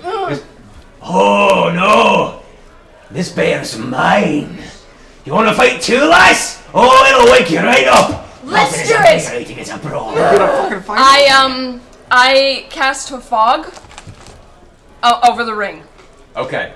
As everyone's kind of cheering up and getting ready, this very thick fog begins to fill the center of the bar area. You can now see a bunch of people like, what the heck? Some are coughing, some are like, what the hell's going on? What the fucking hell is that? Why is it? Okay, I run up in the fog and I tap Trinket, I whisper in Trinket's ear and I say, Trinket, I'm tapping you out. And I turn into a bear like Trinket. What? Good! Okay. And first I polymorph Trinket into a squirrel. You can do that? I can. You can polymorph? No. A mouse, like a rat. A little tiny. Like a rat. You see the shadows nearby, the fog. You hear that? Like, come on, man! I'm gonna get you. You can see Volgus' shadow just swinging wildly into the air, angrily. I don't know. Yes. You go ahead and you grab Trinket. Trinket shrinks down into a tiny little mouse. And I say, Scanlan, catch Trinket. Oh, Jesus, I don't like rats, but I'll keep it. Okay. Trinket, the little mouse face, the moment you see it, looks very confused, very scared. It's okay. I'll protect it. And don't then worry. I bear form like Trinket. Into a bear form. Now Keyleth's now this giant bear, where Trinket once was. I got my money on Ballsack. Don't bet against the enemy. In the fog, I somersault over some random dwarf and pull out my dagger, but turn it around in my hand and whack Bulgus in the back of the head as hard as I can, just to try to knock him out. Can you see in fog? He's a really good fighter. Go ahead and make a stealth check. You have advantage because you are in fog. Oh, God. I'm at the balcony, by the way. So You have advantage. You have advantage. Roll twice. Oh, thank you. Now we're watching my dragon. Remember, he's our friend. I'm taking a short Don't rest. kill him. I'm taking a short Okay. rest. Volgus' drunken, kind of mist-covered state does not seem to notice your approach. He is swinging wildly, though. He has a disadvantage attack on you as you approach. One of his fists just swings past you. That is going to be a 12. I don't think that hits. No. You just narrowly dodge out of the way. You can feel the fist just past one of your ears. As you come back up, clutching the base of your dagger, go ahead and go for your strike. All right. Oh my gosh. Come on, Tape Butter, you got it. Go. That's no good. Twice. Does he have I have an advantage advantage still? on the attack roll for this? Because he does not see you, yes. Yes, thank Christ. You are currently stealth. That's much Much better. 26. That'll work. That'll hit. Okay. So go ahead and roll sneak attack damage on this, of course. Plus regular? Yeah. Don't kill him. Well, we're considering it non-lethal damage because it's with the blunt. base of the dagger. I'm having an ale while watching this. So You're watching a lot of fog. Yes, Some and I'm shapes like, moving this in is it. fog. I'm blindly looking for Trinket. Trinket's in my Like, pants. where's Trinket? And you see a giant bear there. You're like, there's Trinket. Oh! That's not Trinket. There's And I no hug. armor. Oh no. What's happening? Oh, that's You're very confused. Trinket now has no armor. It's a slightly different shade. No, he's close enough, man. Come on, I've been around Trinket enough. Come on, man. 27 right at the base of his skull. All right. Jesus. Crack! A resounding impact hits, and there are now dwarves that are like, hey! Ooh! Like all the cheering stops, and there's this lull, quiet hits. Volgus hasn't moved, by the way. You impact, and it's like hitting a wall, and there's this taut, thick stump of muscle where the dwarf neck is. And as you pull back the dagger, his hand reaches up and grabs your wrist. His head slowly turns towards you, and he goes, Bonus action to disengage. Oh, no. Disengage as rogue. oh, he's going to attempt to grapple you. Oh no. Go ahead and make either an acrobatics check. Go ahead and make an acrobatics check as well. Alright. Oh, that's fine. That's a 30. That's a 30? Yeah. You managed to just slip out of his grip. You lucky. Barely. He was about to clamp on. As you step away, he turns towards you and goes, Oh, I feel alive tonight. Oh, bring it, all of you. I want to smash a face in. There's like a little bit of ale froth at the corner of his mouth that's like beginning to trip into his beard. It's quite an awful sight for those that are close enough to see it. The rest of you just see this shapes and movement. But there's still this kind of like, okay, what's going on kind of a feel. You hear Art in the back going, stop this!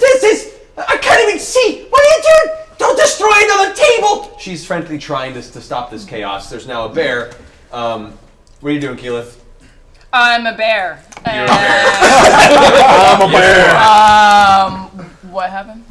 You're a bear. You want anything? What are you doing? You see the shape of Balgus just like in the middle of this fight ring. So do some tricks. Start clapping and like dancing around. Okay, that's a good idea. I go. That's what she tells you. I see her as my like trainer, and I'm like, boom, boom. Everyone, circus bearing. gather round and watch the amazing trinkets. I'm gonna cast. I start music. playing music from my shawm instrument, which exists. Yeah, it does. A rousing, jaunty, bear-like tune. And I'm going to cast Prestidigitation and do fireworks on top of it. Okay, so You should give me a fez. now, mind you, Me a this fez. is. Can I do little hats? You haven't done a fez yet. You need to work on that. Couple more levels. No. I'll try. So have you ever seen fireworks go off in a cloud? You get that little boom, boom. Yeah, there's a bunch of that above you. Cloud there. light I'll flashing. let the fog You begin singing your tune. Do you give an inspiration dice to her? Sure, I would love to give her an. All right, so a D8 inspiration dice from the bard as you hear the enchanting, jaunty, bear dancing theme. Oh, look over there! It's a bear! Yeah! Bard getting his bard on. Go ahead and make a performance check. Oh no. Oh, me? No, she does. Things that I'm good at. You're performing as a bear! Hey! Do you want to add your performance dice? The inspiration dice. Sorry, the inspiration dice that he gave. No, it's a natural 20. It's a natural 20. I know, but I know. Okay. You know what? Save it. I'm inspired for later. Okay. I will think back. You were to so that inspired, moment. you weren't even inspired to be inspired for this. All right, so in this array of strange puffy fireworks in the fog, you're doing this little kind of rotation. You actually managed to do a bear cartwheel and like slam into the rip, but it looks pretty cool. You get back up, you're on your hind legs, you dance on one foot for a second, at which point Balgus is like,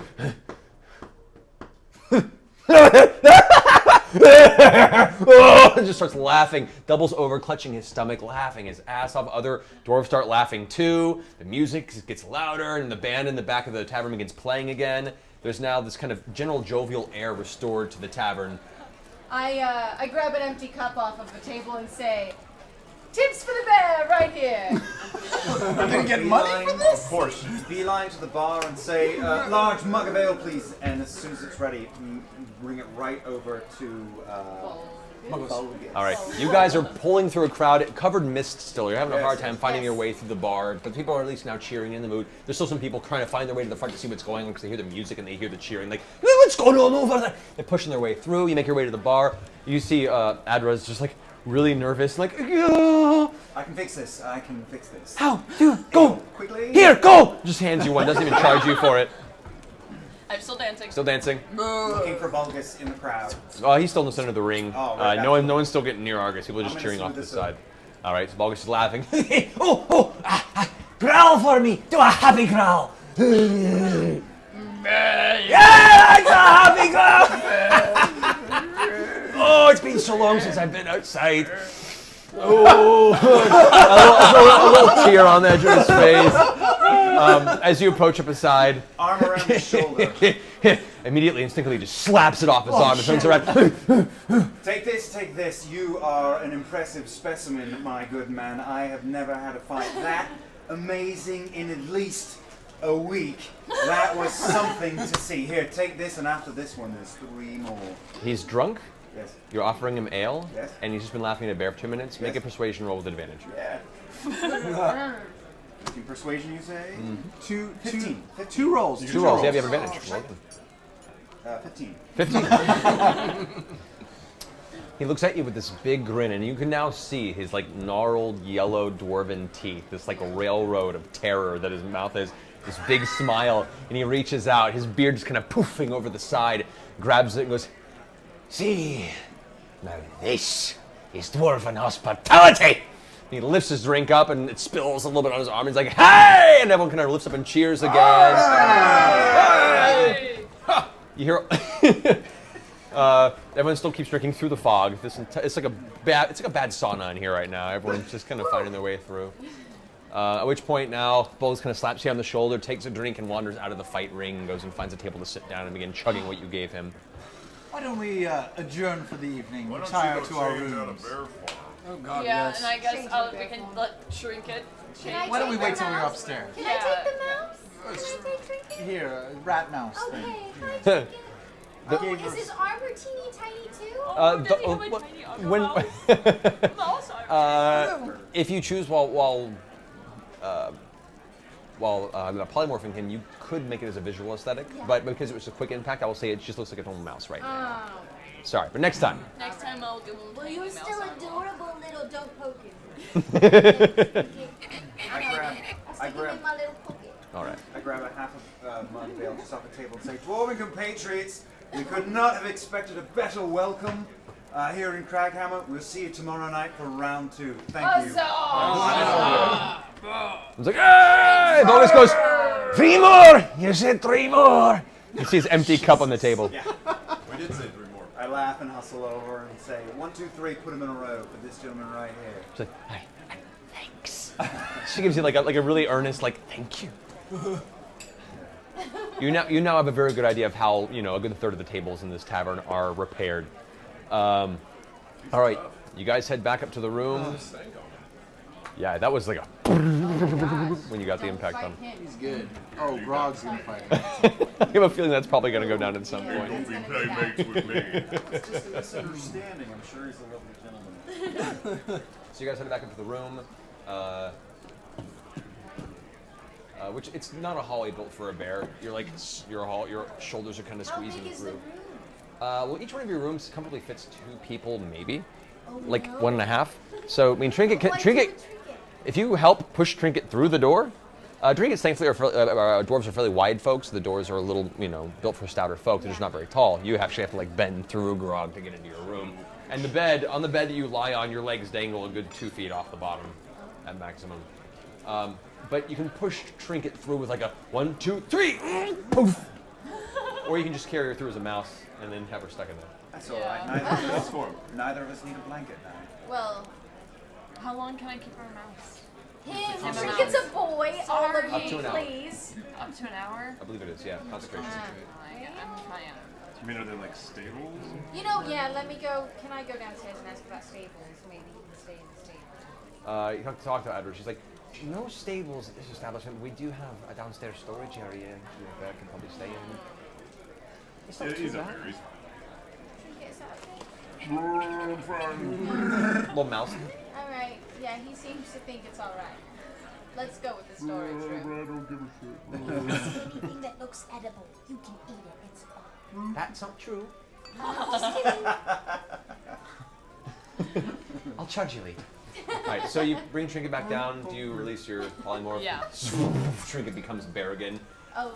I'd say the room's probably a good 40 feet by 30 Oh, feet. so he's fine. I mean, half of it's filled with barrels and crates and storage of dried foods and Trinket comes in just rummaging into one of the half-open sacks of dried meat. That's going to be put on your bill. All right, so you head back to your rooms for the evening to rest. Take a nap. Anything you guys want to do? Preparation for the next day? No, let's get it on. We should give our comment cards to I think we should all turn in our comment cards. All right. Oh, our comment cards. Turn your comment cards for Balan. I can't stress how important this is.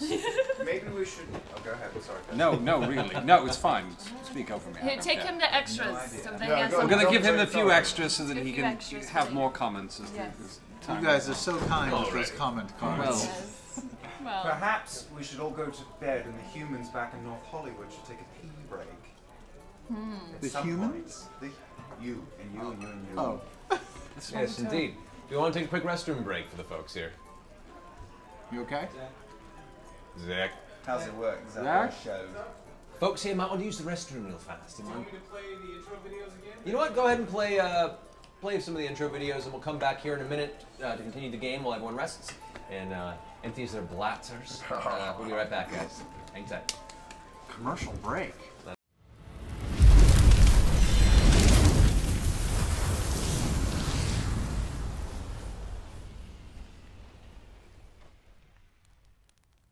Hello everyone, welcome back. We've had our pee breaks, we've had our refills of our drinks. I've done the fireball, so I think we're good for the next venture. So anyway, the party has taken the rest for the evening. Once again, this is one of those weird experiences where you wake up, not because the sun rises, because you can't see it in the dwarven city of Kraghammer. But eventually you all come to consciousness naturally. What is your plan of action? Oh, Jesus, we should have talked about this while we were all peeing. We're gonna beat up everybody, right? Are we going to the manor? I say we have brunch and we go to the manor. Brunch. I want to have Some brunch. eggs with Benedict. I want dwarven brunch. I want a traditional It's very dwarven good. brunch. Thank you. Dwarven eggs are very good. I tell them of my They're experience. small. Okay, so Tiberius fills you all in about his experience trying to get into the Now house you land almost brand. got killed. I didn't, certainly not. I just couldn't get in the door.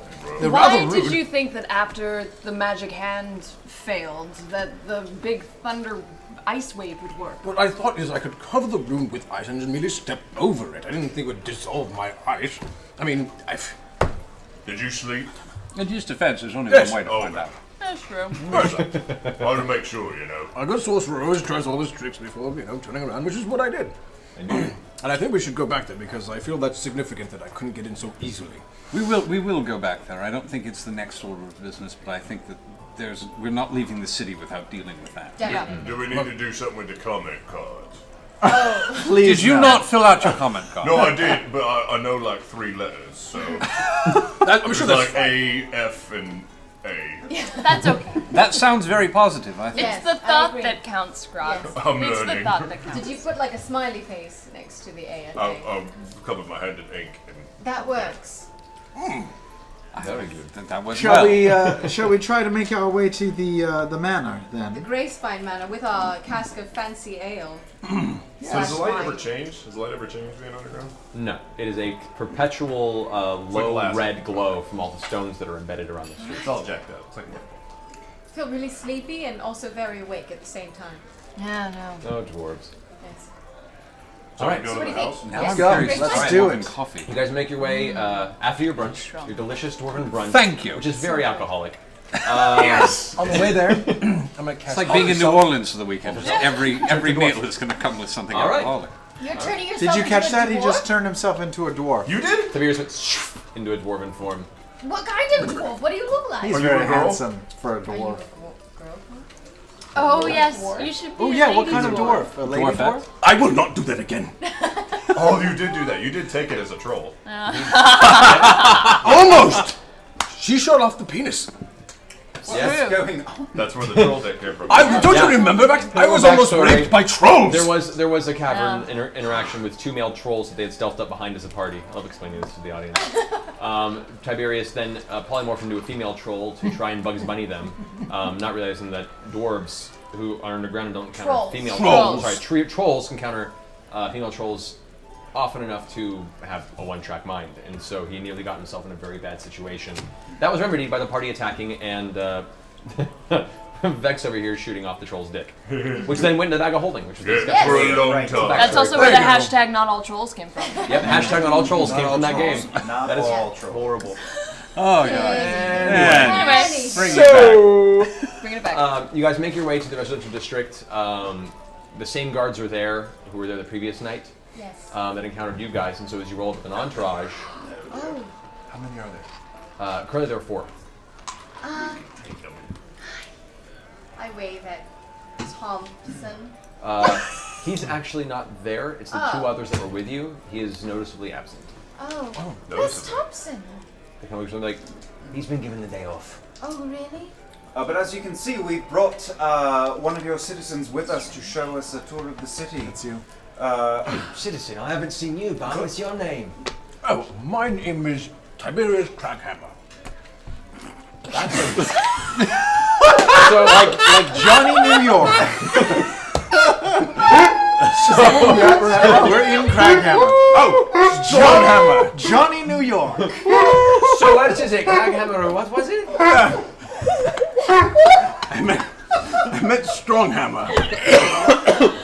Kraghammer is my father's cousin. How drunk are you? I've been drinking since I've woken. See, persuasion check. See, he is one of them. I had a lot of breakfast. Oh, yeah. 19. 19. Holy Oh my. Oh, I hope. Tiberius cracking. All right. Now, I haven't seen you around, but obviously it's a bit early to be that fucked up. I'm very depressed, you know. Well, what's your business, if I might ask again? You've already seen the statue. Yeah, we saw the statue, but we wanted to get a better look at it. So we brought this gift for the Grey Spines, and we wanted to present it to them. The two nearest carvers step forward and kind of look at it. Oh, One of them it's is like, really nice. he's like, I'll tell you what. If you let us taste a bit of that, we'll let you go. Ooh. Oh, I mean, I've been drinking a lot of it. Sure. A thimble of it, because Is if it any of it sealed? goes missing. Is it sealed? Is it sealed? Can we tell if it's sealed? you look at it, it does not have a current, any sort of port or exit on it. It is just a solid barrel. Okay, here's Maybe the we can thing. save some for him. If can we save some open for it, them. it'll kind of ruin the barrel, right? That's right. So maybe Can we we can save some for save you? you a bottle of it when we open it inside, and we'll give it to you later. Check on that. It's a very persuasion-based. Should I roll that one that failed me earlier, or my little dice? The little dice. They haven't come out yet. Tiny dice. Itty bitty dice. Teeny tiny dice. Okay, that's better. I rolled a 23. Okay. They all kind of look at each other and be like, If you can save enough for all four of us, please do. Bring it back. We're looking forward to it. Do you have any flasks we can use to fill them up? We've got We've stuff. got Okay, some I'm bottles, just don't worry, asking. don't worry. We've got bottles. We'll be waiting, and if you don't show the drink, we'll go right to our supervisor. Here's the thing. they all kind of nod. Yeah, keep nodding. Here's the thing. I don't know if I can save 4 bottles worth. But I'll Just save say as much yes. as I Just say can. yes. Just say yes. Why? Why? Hey, I've got it covered. On our father's good name, we will bring you some of this. That is, I don't know who we are. That is a promise. It's a good name. They all look about each other. Fine. Remember, we're waiting. And they'll kind of look a little, like kind of lick their lips a little. They part and let you guys into the residential district. You make your way to the very back. You can see House Great Spine. Once again, guys, for those who haven't been there before, it's a beautiful arrangement. The iron gate around it with the spikes at the top. You can see the entire front yard. It's about a good 80-yard walk to the front of the building itself. It's quite a distance from the front gate, and that entire area is filled with like a stone garden, various small sculptures and just interesting knickknacks they've collected and kind of put on display as a small museum as you approach the front of House Great Spine. Yes. You get to the front door. It is a large double oak door, about maybe 10 feet tall, 4 feet wide. Currently closed. There is no handle on the door. No handle? No. So, Let's Hold go. on, wait. Don't knock on anything. Things shock you here. Let's go knock on the door. I want to double check to see if there's a bell to ring or if there seems to be some sort of calling. Easily enough, you see next to the door there is a small chain that just protrudes from the stone wall and has a small bulbous ball at the end. Ding ding. You can pull it. Not a ding, but a large. oh. It is a heavier chain than you expected. As you pull on it, you feel like some sort of large hammer-like object is slamming into a brass-type material as it echoes and resounds within the building, definitely announcing your presence. Percy, can I try? If you mess. Yes. It echoes into the Let's house. just I just hold wanted off to for do now, that right? once. Never seen a chain before. No. Fine. Should we No. ding dong ditch? No. Scanlan, perhaps a little ditty on the strings would ease our introduction. I'll start singing a little jaunty welcoming song. Hello, hello, we're here to pay you calling. Hello, hello. I don't know what rhymes with calling. Bowling at the very least. Yes, I thought you would go excuse- right there. Yes. This is true. All right. You're just going to play the music just for the sake of presenting the answer. Yes, but yes, and for now. All right. About 10 seconds pass before the doors, you hear a large and one of the doors opens up, and you see a dwarf with long gray hair that's slicked back and pulled into a ponytail, a very small trimmed beard, very proper, steps out in long black robes. And goes, Can I help you? Percy. Yes, Percival Frederickstein von Musa Kowalski de Rolla III. You can call him Percy. You can simply call me Percy, thank you. We're here to discuss some business with Lord Greyspine, and we have, of course, brought gifts and our charming company. As well as our dwarven compatriot to introduce. Yes, I'm quite drunk right now. Gives you an awkward look. Like a look of like trying to place your face. Just, which lord are you looking for? Nostock. Actually, Nostock. Is he the nice one? I would like the nice one. Nostock, I'm afraid, is currently working at the quarry. Oh, of He's what course you're he looking is. for. If Graden is here, is that his name? Graden? Kind of gives you a look. Goes, Graden is not taking visitors. Of course not. That's a shame we brought this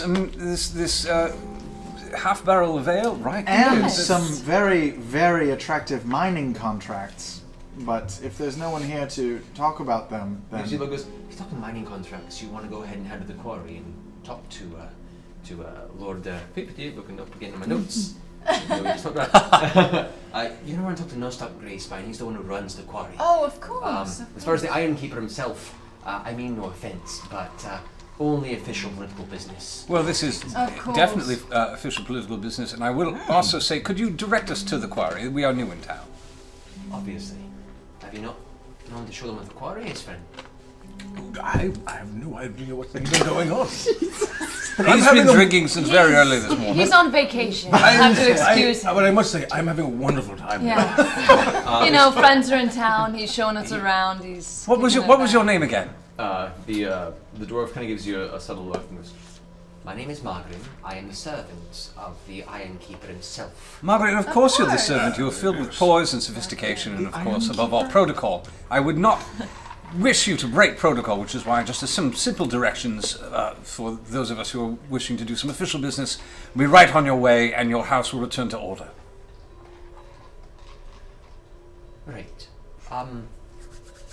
The Iron Keeper is not open to business outside a pre-approved protocol understanding. Of course If you don't have a pre-approved meeting put within a ledger, you won't be seen. Of course not. Yeah. But for the mining contracts, however, when we need to speak to Nostock, is there any way? I hear it's very hard to get down into the mines. It's very well guarded, right?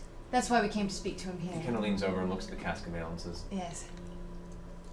down to the mines, you just have to go to one of the chain platform poles on the edge of town that'll bring you to the base area. Find your way to the mines there. That should be enough to get Nostock's attention. The rest is up to you. Lovely. Thank you. One moment before we adjourn. Do we want to try to get into this place, or are we just going to go to the mines? Maybe we should just talk to Nostock first. And ditch this place? Every time we break into someone's house, things go Nostock, poorly. we're trying to get to the mines, essentially, so. I think he's still listening. Good man, good day. We'll be on our way then. Margaret, Thank you. You've been wonderful. Thank you so much. We plan on keeping some of this ale and bringing it back to the household. Would you like some when we open the cask? He looks down at the cask, looks up at you and says, I would not turn down a sip or two. Lovely. We'll be sure to save you a small bottle. I'm going to turn invisible. as he's looking over there, you are vanish. All right. And I'm sneaking into the house. Oh, gosh!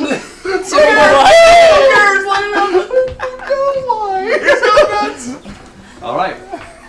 So we are off the reservation. I believe it is all of our business. Well, good day. And he steps back into the doorway and closes the large oak door. You're now standing in the foyer of House Greyspine. A luxurious foyer. The actual floor itself is a fine, kind of dark velvet red carpet. There are tapestries across the walls and small wooden end tables set against the edges of the hallway. This foyer area that contain sculptures and small vases and plants that exist underground specifically. There's a large stairway that leads up into an upper portion of the house, and 2 doors on each side that lead to rooms you no longer can see. I use the earring and whisper. What are you doing, Scanlan? What are you doing? I don't know. Give me 20 minutes. 20 minutes. That's okay. Let's all step away from the house. I mean, of course we can step away from. Does he need like? Ask if he needs assistance or like diversion. Diversion. We can think. Diversion. Diversion. Magram, of course, wipes his hands and walks Do we all away. have them? Yes. Fucking foreigners. I follow him where he's going. Okay. My nervousness, I let out a little bit of a fart as we Make a stealth check. Why are you making it harder on yourself? Oh, that plus 14 plus I'm invisible. Plus 2, 16. Because you're invisible, I'll give you advantage on that. Go ahead and roll. Oh, 14 plus 2. All right. 16. So, as you kind of scamper by behind Magram, following him towards what looks like the kitchen area of the abode, Magram stops and turns, rubs his stomach and goes, and continues walking forward, seemingly unperturbed by the sound. I'm just snooping around, trying to see if there's any lords or higher-ranking individuals in the area. Okay. I'll say within the time that you're within the house, you wander through quite a few rooms. There's a wonderful music room which contains a number of dwarven instruments that you've read of, and many instruments that you know as well. You actually find another, what do you call it again? A sham? Sham? A sham. You find another sham within. More finely crafted than the one that you have. A gift of lords, if you will. I'm so tempted, but no. Does he have an earring on? Does he have one of our earrings? Yeah, we all do. No, not everyone. He only made a few. Who all has an earring? He can talk to me, apparently. Yeah, you guys have to... Tiberius, tell him to look for paperwork of something. For the mines. Scanlan, look for paperwork of some kinds. And by the way, all of you should be hearing me right now. You all have the... Not everyone. Not everyone. No. You only made like 5 or something. All right. So you can only afford 5. That's right. Do all those things, Scanlan. Great. Who's talking right now? And as you look about the house, you also come across a couple of bed chambers that are locked. Pretty hefty lock. Try. Okay. You make your way up the stairway, and you can see there's a long hallway that leads to essentially a throne room that is still partially under construction, mostly finished. And you can see it actually was an intentional build onto this house. House Greyspine, when the current Ironkeeper went into office, it seems began to have this room built, and so it's nearly finished. But it's an extravagant room with a large, stone and dark metal throne. Steps lead up to it, and this kind of raised dais-like pedestal in the center of the room. You can see a series of great, kind of magically glowing and flickering lanterns across the landscape. And you see there are 2 dwarves inside that are finishing up the stonework. They're just doing various forms of masonry and plastering in areas and carving out and chiseling out pieces of stone to make it look intricately carved in its flavor. But other than that, the room is currently empty. Shit, there's nothing to steal. Drop a deuce in the bedroom. Damn it, Scanlan, just get out of there. What are you doing? Invisible poo. You have one. Invisible poo. Percy has one. I might as well try one of the doors that's locked and see if I can pick it, but I'm not good at that, so I'll try. Okay, do you have, or have you on your person any sort of thieves' tools? I have a forgery kit, a poisoner's kit. Yes! Forge some thieves' tools real quick. Climbing gear. And a whip. Man, I have one of the earrings, and I say, Scanlan, what exactly is the purpose for this little escapade, and will it be ending shortly? Can I reply? You can through the message-based ear enchantment. Just trust me that I have no idea what I'm doing. So do you wish to pick one of the doors? Do it. Do it, try it. Yeah, I'm gonna and then try run one. away. Okay, you have disadvantage on this. Of course I do. So I roll love how we're twice. just watching. Pike will and mourn your death. We'll consider this a straight dexterity check. 11 plus 0. You futz with the door for a good minute, trying to bend a piece of wire you had, thinking to forge some tumblers, and eventually get to a point where you're at tink. Ooh! And it broke. I can't do 2 spells at once, so I will give it up, and I'll make my way to the door. Okay. The door is currently closed. I become uninvisible and I cast dimension door. All right. You blink through this small, kind of purplish arcane doorway. It brings you directly outside. You guys are waiting. Skillen just pops into view. Oh God! It was crazy in there. People were farting everywhere. It was not me. Really, Scanlan? They're building a throne room.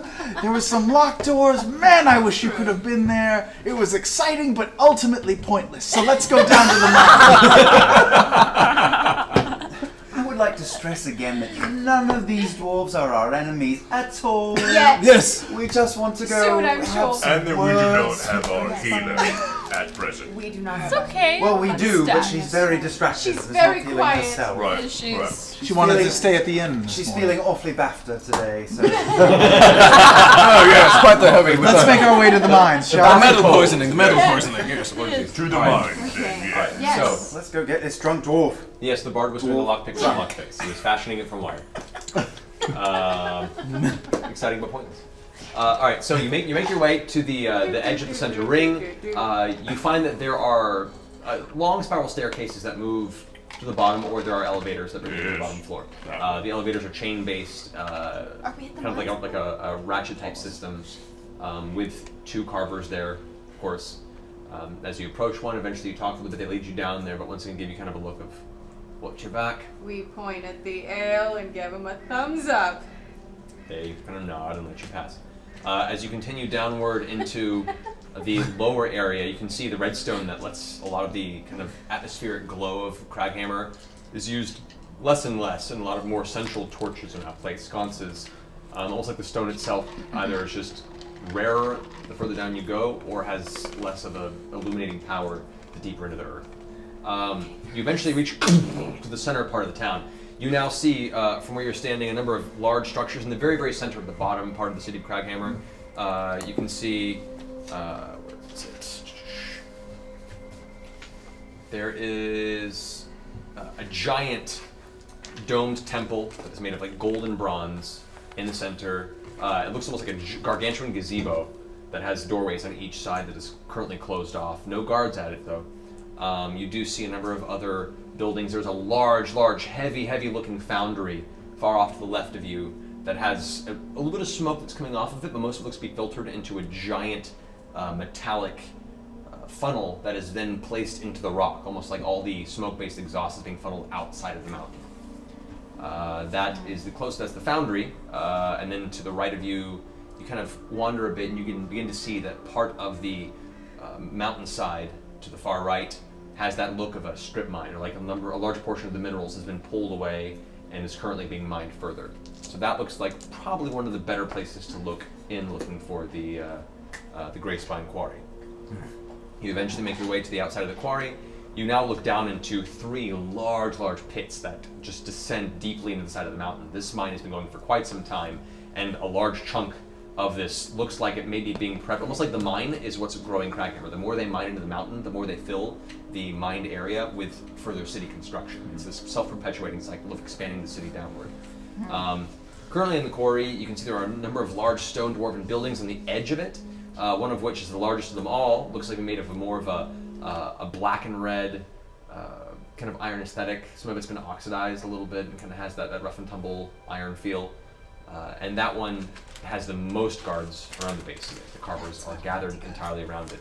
Looking down into the center of the quarry, you can see towards the bottom there are a number of tunnels that lead into the hillside of the Cliffkeep Mountains proper surrounding Craghammer. So let's go where the guards are. Let's walk towards the guards. Let's just do this directly, I think. Yes? Yeah. Just wait. swords Before out. we go up, Yes. I take the cask of ale and I grow some pretty flowers on it, and I make a nice pretty bow, and it's shining up a little bit. You're Make a making nice the fruit bow basket. now. Good work, Eddie. No, I'm just. It looks. I'm Like sure a fruit that's basket. now. It It looks does like a not fruit look like a basket. fruit. It's not that ostentatious. The Ale of the Month Club. This Those is what are we some Jesus powerful Christ. powers. In her defense, they probably don't see flowers. too That often. is very It's fair. a nice That touch. is very fair. All right. I'm going to take this opportunity to cast Stone Skin on myself. okay, Stone Skin is placed on you. Are you a dwarf still? Are you a dwarf made of stone? You have not turned alter self off. You are still a dwarf. Yeah, that's fine. But Stone Skin is a concentration spell, so yes, that would eliminate the alter self. Okay. Oh, so you're revert back back to into you. your dragon form, rogue self. The Stone Skin is in effect.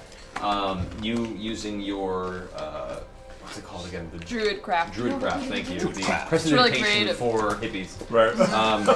Yeah, man. Portions of the wood begin to sprout from the outside of this dark wood barrel and form these kind of entangled ivy vines that eventually embrace the entirety of this cask with little buds of kind of dark ruddy flowers. Something that would definitely appeal to a dwarven aesthetic. That's hot. You approach the guards, of which there are 8 currently at the front. They're running in pairs. See which one of them, use my perception to see which one of them looks maybe the most interested or weakest. More of an Insight. Insight. Which one of them looks most interested in our party? Yeah. Oh, good. I thought that was a 1, but it's not. It was a 13. 13, okay. Strangely enough, they are fairly distracted, and after a rather long, uneventful morning, most of them are just used to being in armor and waiting for any business to go down. There are a few along the edges that look a little more alert, and one of them is looking a little occasionally down into the quarry, just keeping an eye on the established area. Which one looks like the newest? The newest of the bunch would be the one that's on the far left that is looking down into the quarry as well. He has a shaved head, a small kind of brownish beard that looks like he's just starting to grow it out into a nice long tuft. Either it got shaved in some, I don't know, a terrible college dwarf accident. You know, some part of his entry to a dwarf college fraternity. Sigma. Yeah, but it's you know, it's a fairly thick tuft of unkept brown beard that goes about that far out, and it's just starting to be pulled into like a tiny little scruffy braid. It's not quite there, and he probably gets a lot of shit for it from the other dwarfs. Right. But he seems generally like looking at you guys. I work your magic. Yeah, do your thing No, before we well, fuck I these was dwarves just- up. I just What are wanted we to trying know- to do? Well, Just- we brought this gift. Percy? Hello, and we just kind of address all of them maybe right now. Yes. She's better at this. I'm just going to let her do Hello, this. hello, hi. Hello. Hello, hi. Greetings and salutations. The other kind of guards like reach back and grab their weapons, and the one kind of looking to you, kind of like. Oh. I look over at the shaved head one and I kind of hold his gaze for a little bit. I give Vex a little push forward. Pardon me, not yet. All right, what's your business? Oh, yes, well, we're here to speak with Nostock. We brought a gift for him that's quite remarkable, actually.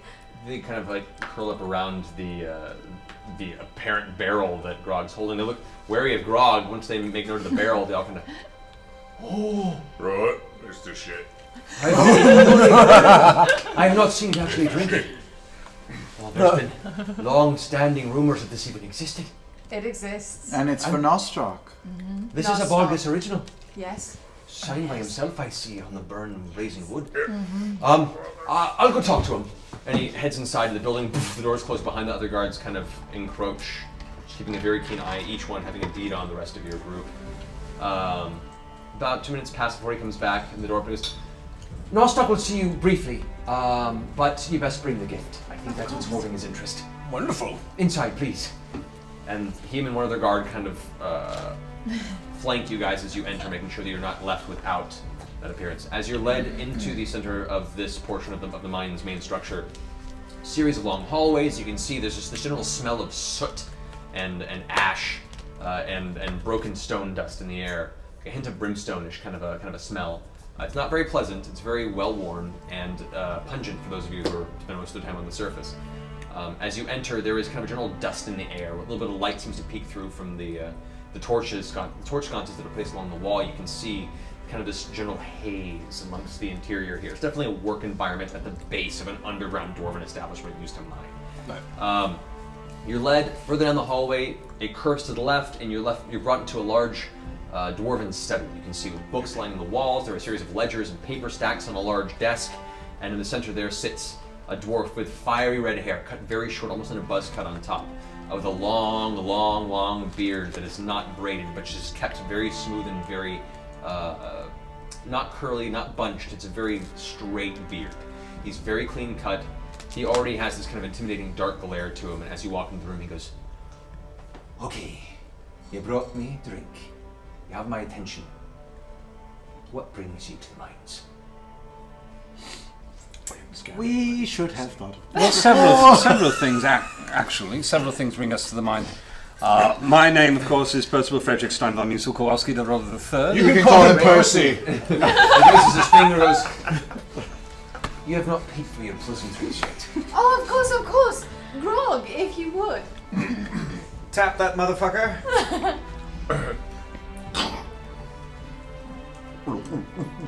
You All right. Okay, whatever. I'm assuming he had a goblet on the table. As you pull it up, he pulls under his desk and pulls up a goblet Okay. immediately. As you fill it, top it off. Thank you. Put it beside the disc. Wait, Mr. Greyspine. Oh, okay. Sit down. All right. Is it as amazing as we've heard? It's pretty fucking good. He takes another long drag. Just making sure you all watch him do this. Like, this goes on probably a little longer. The pageantry of him drinking this in front of you is definitely kind of a power play. He's establishing some sort of kind of unspoken dominance in the room. Eventually finishes his tankard, sets it down under the desk again. Right. So, where were we? We were here to call upon your expertise. We imagine that we are not the first strangers to Craghammer to come through In the last few weeks. in the last few weeks. We believe one of our compatriots had some dealings with you, perhaps not as pleasant as the dealings we were hoping to have. A lady, in fact. A halfling. At which point, as you say that, he kind of gets this grin to his face and goes, I know the one you speak. Yes. She's a strong-headed one, that one. Yes. She's stepped on a few toes around this place. Oh, is she clumsy? One could say that, aye. You say you're a compatriot of hers. We're here to mend any broken bridges, so to speak. Or broken toes, if you will. Well, good. She certainly left a mess in her wake. This strange vision quest she kept talking about brought her into atmospheres, portions of this city, portions of my business that she has no right trespassing on. She went against rules. She broke away from partial arrest, and she went screaming down into the caverns of our mind without my permission, blades drawn on some crazed suicide mission. You know what? We'll go after her. We'll bring her out. We'll get her out of your minds. Great. I'd like that, actually. Good. And we'd be happy to clear out anything unpleasant that we happen to find in there in the meantime. How did There she have- look? What? She looked small and angry. Oh. No, she seemed to have some weight to her. She was a So not a looker is what you're saying. She would He you- gives you the that's strange not look and very goes, nice. I will not discuss the physical aesthetics of her. You're a feminist. How much would this task be worth to you? Obviously, we're doing you quite a favor, and we brought you quite a gift. This cost us 1,000 gold. And obviously, this lass has a lot to you, doesn't she? No, but I know she's probably wreaking havoc on your minds. We've come to correct the wrongs that she's done. We've come to bring her home. It also sounds like there are some other terrible things wreaking havoc on your mind. There's nothing going on. We're fine. We've got everything under control. We don't need your help for that. If you want to find your friend, go find her. Well, If you she's know, still that's, alive. it's- If not, take her corpse back and leave. It's not help, sir. It's simply respecting you as a businessman. And as a businessman, I'm sure that you would disagree with unceremonious charity, whether it would be to give it or receive it. We are making sure that our dealings with you are fair and balanced. I appreciate your offering. You've bought your time. Now, if you're here to go find your friend, I'll let you pass. You may pass him to the mine, but if at any moment you cross over to any sort of thieving bullshit, looks over at you.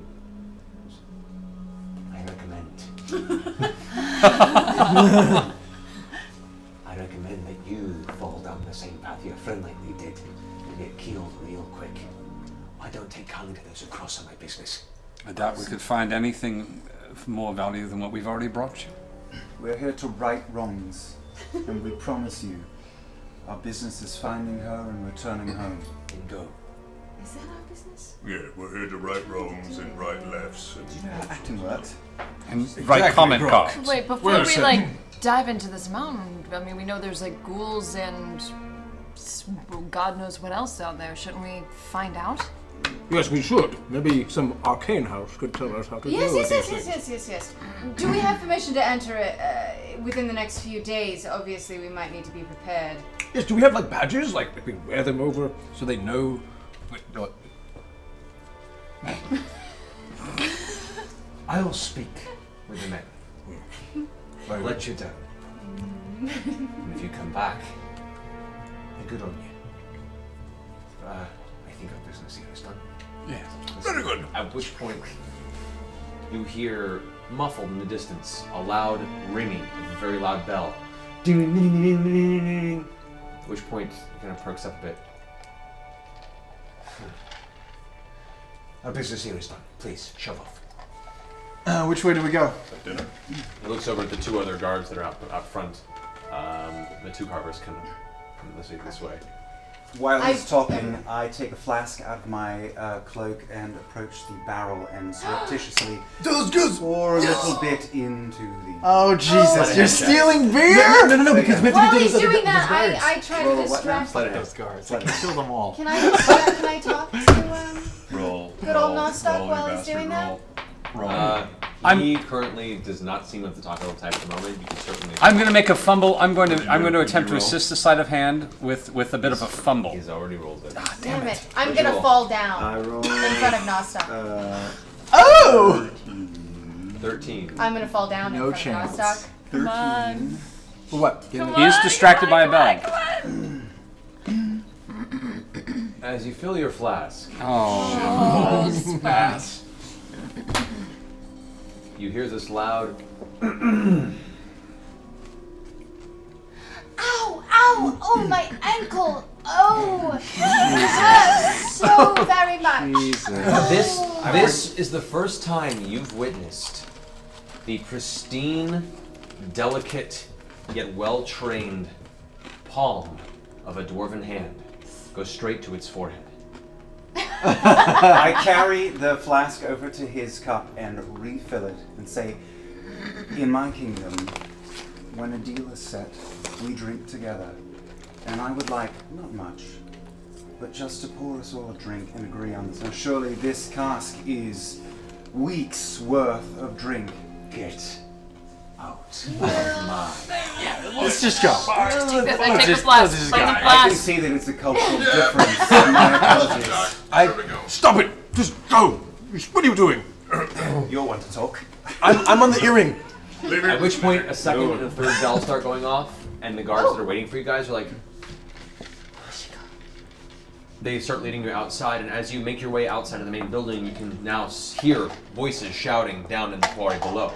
I lean down to one of the guards with us and say, "What is that bell for?" Something's flushing out of the quarry. Flushing? What does that mean? Ooh, a poop. Like coming up? We don't know.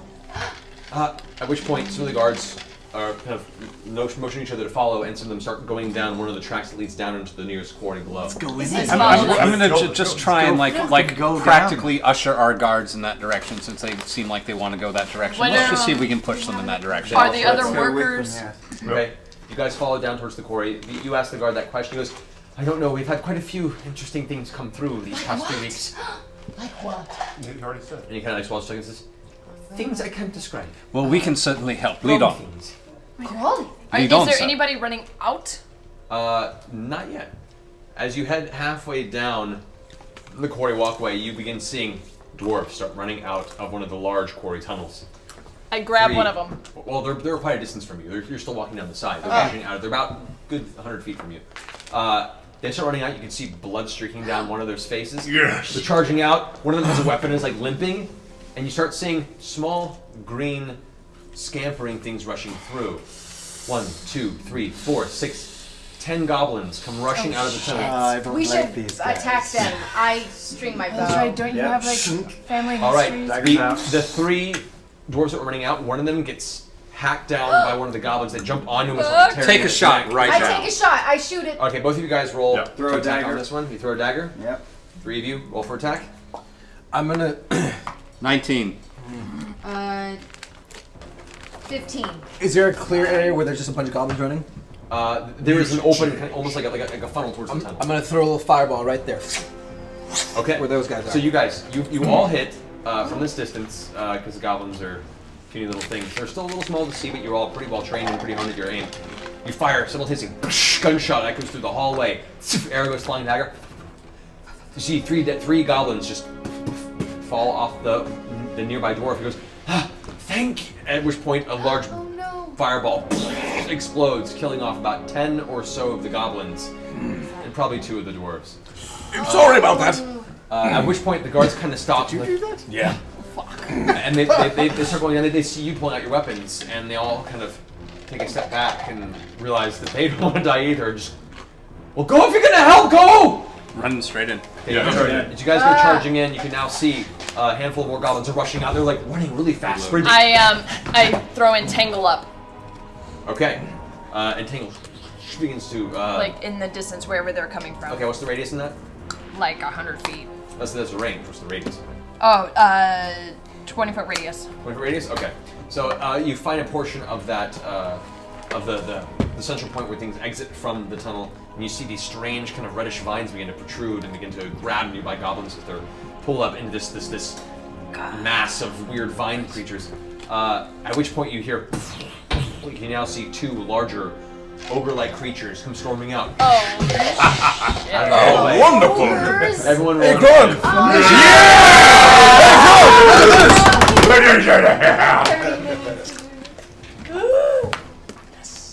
Oh, fuck. Fuck yeah. God damn it. Oh yeah! Take it. All right. Do we have initiatives 25 to 20? 27. Oh, I have 21. To roll. Wait. Holy I didn't roll shit. it. Come on. I don't know where You my rolled a thing is. 20? I rolled a Rolled 20 plus 7. Fuck. Okay, 21 you said? I have 21. 21 for Tiberius, what did you get? 1. Where's my Oh, I rolled a 2. It's 6 with a plus. Fellows, Okay. I don't like goblins. 18. You now see I might Scanlan, just who's sit usually a down and jovial start individual. What do you His know? eyes begin to I tense don't fury. like goblins. Is there anything that you know? No. Did we see his They backstory? will all Doesn't die. You know a little bit Don't about it. spare any of them. Copy that. All right, so 18. Right. 18. All right, so we have 20. 18 too. All right, so we have 27. Oh. Yeah, buddy. I have 27 initiative.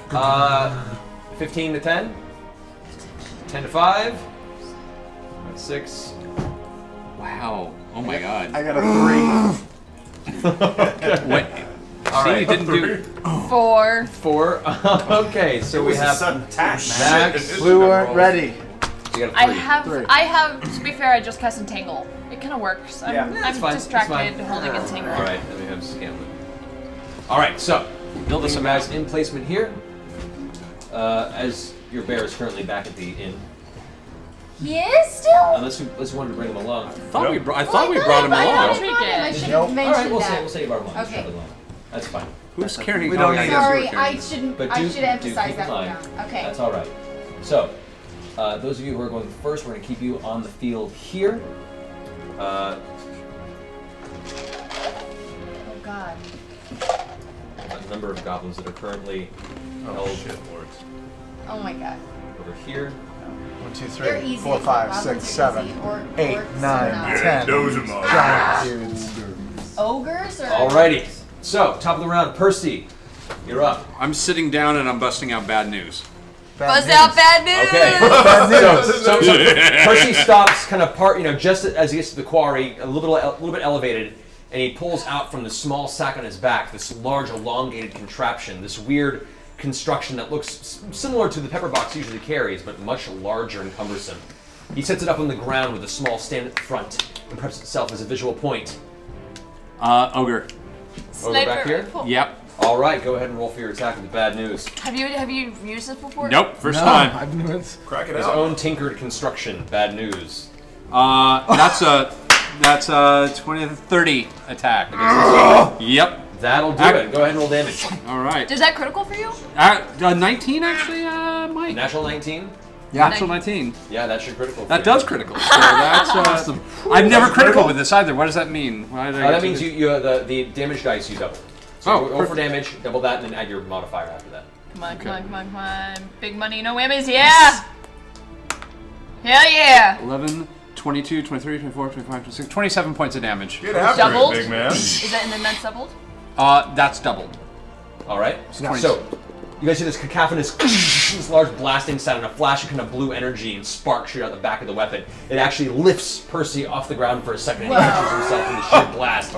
This streaking, heated bullet, almost like reddish white hot, goes cascading through the air, plunges into the side of the ogre's shoulder with a smattering of blood splattering against the cave behind it. It's actually moved back a step and has to catch itself.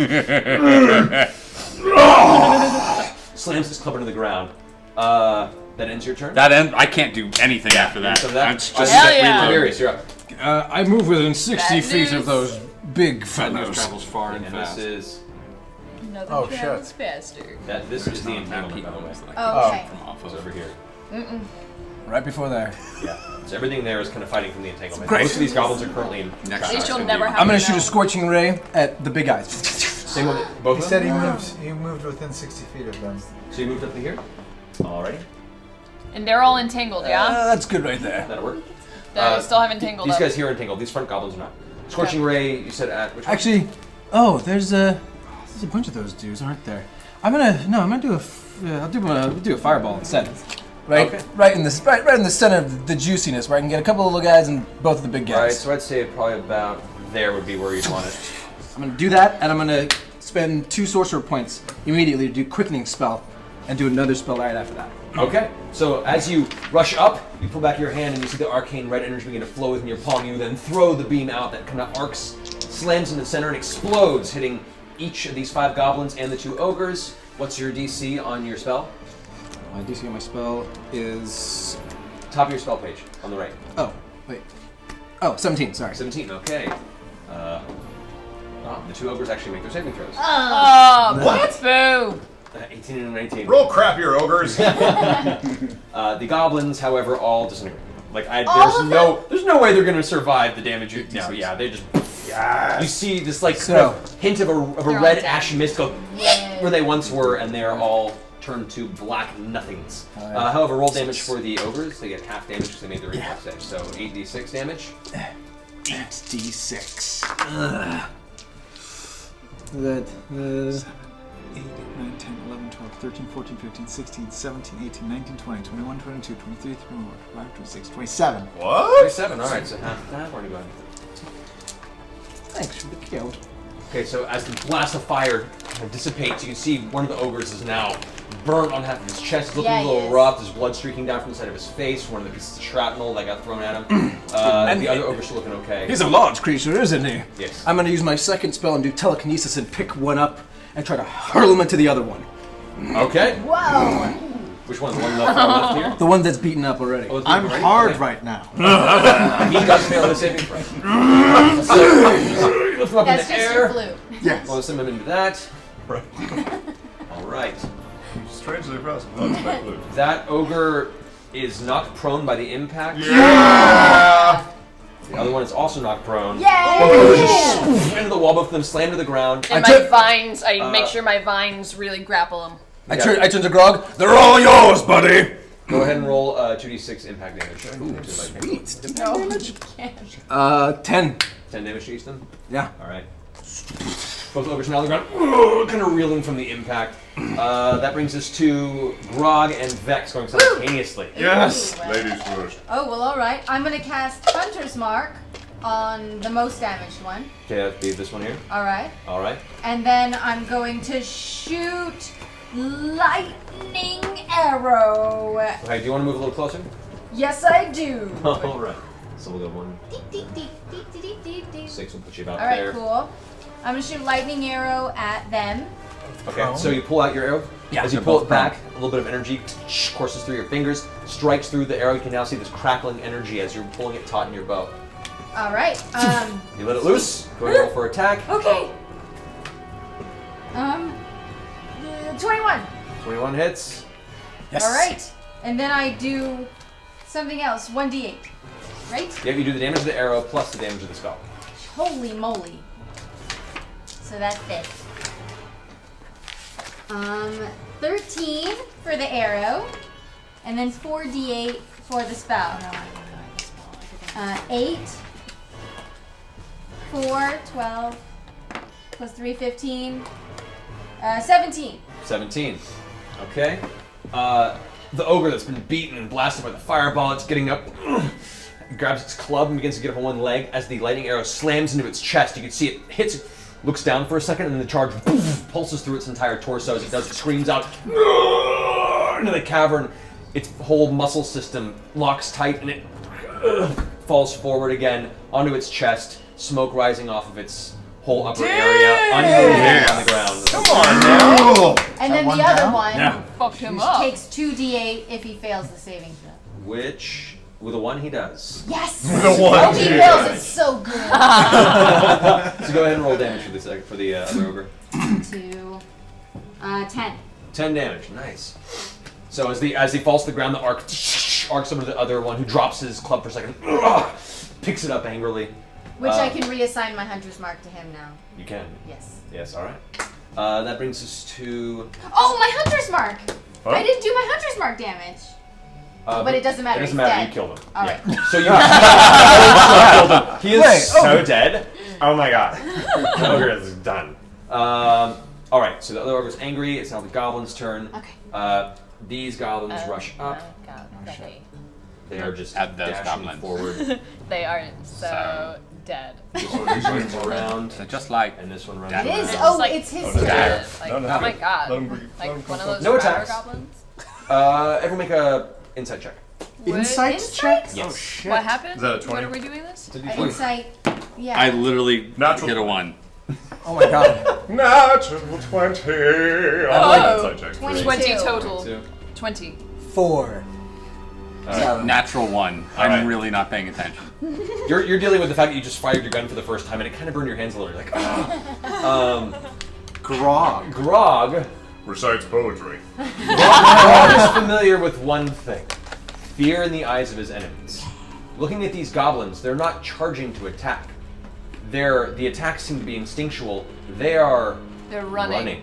Oh They no! are scared. Yes! They are fleeing from something. Oh shit. From the ogres? Oh, No. Something behind bigger. the ogres. Oh no. Crap. May I make a request that you kill them anyway? It's like playing croquet at this point.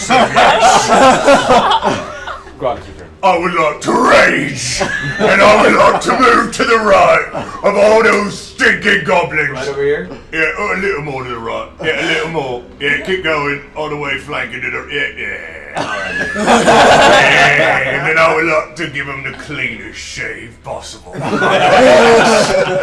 Alright, go ahead and roll for attack on the first one. Please don't be. Oh yeah, that's a good one. Yeah. See, that's 26. That definitively hits. Go Word. ahead and roll damage. Oh, damage. Crap. Decapitation! 2 plus 4, 13. No, it's more. 13? Okay. Oh yeah. So as you rush up, you bring your axe into the first goblin to your right. Clean. You don't even feel resistance. Hey! You hear this little sound as it's bisected in the center. Oh, that was cute. Its head and upper torso just rolling off to the side before rolling to a stop. However, the inertia of your axe still kinks through to the one on the other side of you. Go ahead and roll for your second attack on that. 21. That also hits. Go ahead and roll damage. 4 plus 4 is 8, plus 7 is 15. As you cleave through the first goblin, you swing around. Another goblin looks up at you scared and pulls a dagger out with its gnarled tongue. At which point the axe embeds itself straight into its face. Its angry face goes and just falls slack against your blade. You lift backward, it's stuck to the edge of your axe. Limply dangling against it. You have to kind of shake it off a little bit. Oh, double prizes, yeah. Great, that ends your turn. You don't have anything in range, so you can use your bonus action for a third attack. If you wanted to do a frenzy action, but you don't need to. That brings us now to the ogre's turn. The ogre gets up, see if it makes a saving throw. Or attempts to try and get out, it does an 18. However, the ogre speeds 50 feet. 40 gets about that far. It's gonna make a double move. I still have entangle up. He's running. I still have entangle up. I know. He managed to saved resist against it. He was on the ogre It's track. a big to ogre. college. Big ogre's just gonna. Poop. All right. The ogre takes his full turn to get up in the melee with you guys. It does not have to attack. It uses his full turn to get there. And once again, the ogre, you see this lumbering forward. It also has this kind of look in its eye of desperation. Oh crap! We should just let it pass. Now it is Vax's go. My sister's right in the face of the ogre, correct? Yes. Excellent. So I'm going to take a run towards my sister, and since she's right close to him, he's distracted. So I'm going to turn just as I get to her. So my back presses against hers and swing around and sneak attack. 2 daggers up into We've his belly. practiced this, I turn. Alright, so as you dodge up the side, just this blur of shadow and speed, you just coast up the side of your sister. Daggers both plunge towards the side of the ogre. Go ahead and roll for an attack. Alright. 1. And then with my... Gets a 1. And the other one, I do a poison dagger, gets a 20. Oh, shit! Okay, Alright. so that is Dagger of Venom, 1d4, 3 plus 2 is 5. Now does the sneak attack damage go on it? Yeah, it does, because you have another ally adjacent to it. You don't get advantage on the attack roll, but you can still do the sneak attack. Critical hit too as well, Yeah. correct? Yeah, you can multiply the sneak attack so damage. 5 plus... No, the double goes to the sneak attack damage? It does. No, the modifiers don't double, but any dice you roll double. 9. Big Mike. 15, so 30 plus 5, 35. Damn. 35. Oh my gosh. Plus poison. Your little... The poison's not going to factor in. Okay. You swing past her, both blades jam right into the side of its ribcage. You hear it howl out in pain. As it does, you twist the daggers in a way where both blades are now going in 2 different directions, and you carve out a section of its entire abdomen. Yeah. As you do, the flesh, almost like whale blubber, just slops off the side of it. Organs spill out, intestines, and it kind of looks down and tries to pull them back in. At which point you can see like the color draining from its face. You just kind of lean up and kick it down. The ogre falls to the ground, lifeless, destroyed. Gave him just enough time to regret everything that had ever happened. Yes. Well done. All right. Bad life choices. That brings us to I never called Keelan. mom enough. Oh, and there's these. Are there Should've 2 called goblins Mom. left? There are 2 goblins left. Okay, Keyleth, run. I do a quick kind of sprint jog up kind of towards Scrog and go poof and bring up a big stone wall right where that entrance is. Right here. No, like where things right are here? pouring out. Yeah. All right, wall of stone. Wall of stone. Boom. All right. A giant wall of stone now completely seals off the front of the line. We don't know what's in there. We should talk about this for a second. And I bought us some time. I'm sure it's gonna try and beat through that door in a second. All right, so I'm gonna say that you move up there with your movement. Oh no. All right. I'd say probably over here, not right next to the goblin. That'll give you enough range. Okay. So the wall Are there any are there any guards around still? Any dwarven guards? They're all just kind of watching you do this now. Okay, in this weird moment where like they don't want to put their lives at risk, and you guys seem to be intent on getting this battle, so they're just gonna sit back and let you. I throw up my wall and I turn around and I say, "What's coming?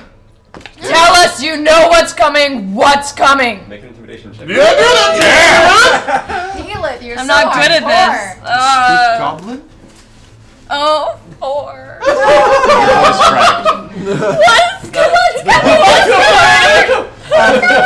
Make a pity roll. A very gentle attempt at intimidation. However, the information gets across. The guards kind of look at you, kind of.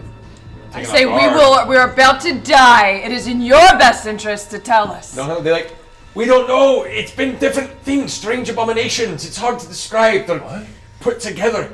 Something's making things down there. Something's. It's What the kind of Underdark. things? It's open. From where? And they all kind of are talking. You hear a against the stone. Let's see how much Sitting down. Bring out my The stone cracks. You can see You can see a noticeable crack and an audible. I'm running right now diagonally. I towards cast the side of the wall. stone press skin on my- against the wall. Oh, good call. Okay. I do the same thing on the other side. Okay, so come over here. You want to bring a trinket with you? Yeah. Alright, You're trinket all is so beside you. fancy. I cast stone skin on myself. Okay, so we got stone And we're skin on 2 stealthing. We're casters. stealthing. I'm stealthing. Roll if I stealth, can. both of you. How tall are the walls? I mean, the ceiling. Oh, the ceiling right now is the rest of Craghammer for the most part. You're looking Hundreds at- and hundreds. Yeah, it is huge ceiling. What's in the middle? Are those? I get within casting range. These are braziers. Actually, that's fine here. right there. Yeah. By the way, if stone skin goes, this disappears. Your The entanglement? Yeah, entanglement's gone. Oh. But these are some mine carts, some random rocks. There's a smashed cart over here from the ogre barreled through. This is just a piece of stone that raises about 15 feet. And these are both braziers for light in the center of the area. So, but yeah, it's hundreds and hundreds and hundreds and hundreds of feet up. Like, you can look up to the very top of Crackhammer from here. Okay. Wow. That's fine. So what you got? Well, let's see. So Keyleth, that's your turn, Stone Skin, and you move up. Anywhere else you want to go?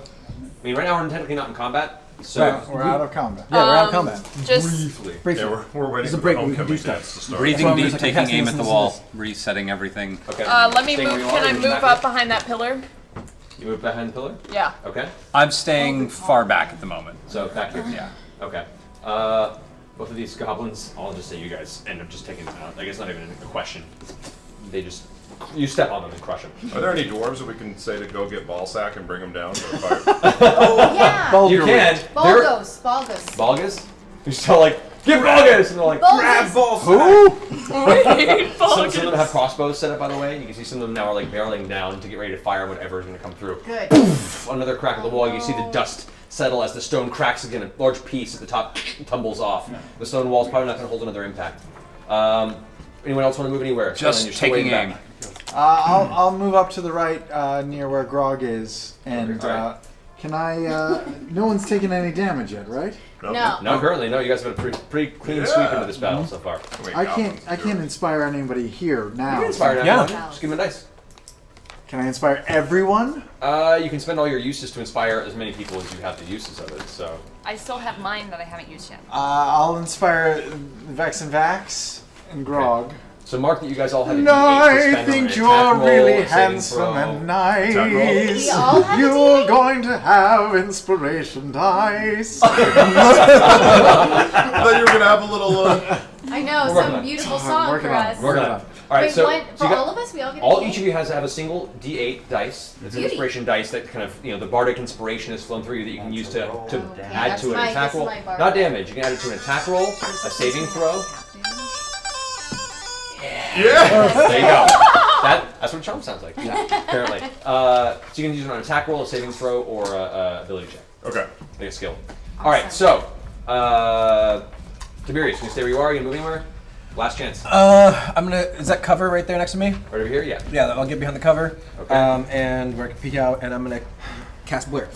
Okay. Sunskin goes away. No, I can't do both. Nope. Then They're both concentration spells. Okay, So I leave concentration Stone spell Skin. at my time. I leave Stone Skin. Stone Skin stays on. Great. All right. So at which point, boom! The stone breaks through, scattering across the ground. You see immediately cruising through. What the fuck is that? What is it? A bulbous, oversized Naga-like Bullshit. creature. You've encountered a Naga before, which is A Naga? a large serpentine creature with a humanoid head. However, this one is swollen. It is bulbous. The way it moves looks unnatural, and it has affixed to it not one, not three, but 5 other different colored Naga heads that look to be stitched to its body. It is a seriously terrible abomination. As it just breaks through the stone, all the heads kind of rear Do back. Naga heads do something if you lick them? We're beginning back at the top of the initiative order. no! Something with Naga heads? Wait, I got a question. My hunter's mark, can I transfer it to that thing, or do I have Correct, you can, yes, because this is still part of the encounter. We're just not immediately battle for that. So that is now marked to the hunter's mark.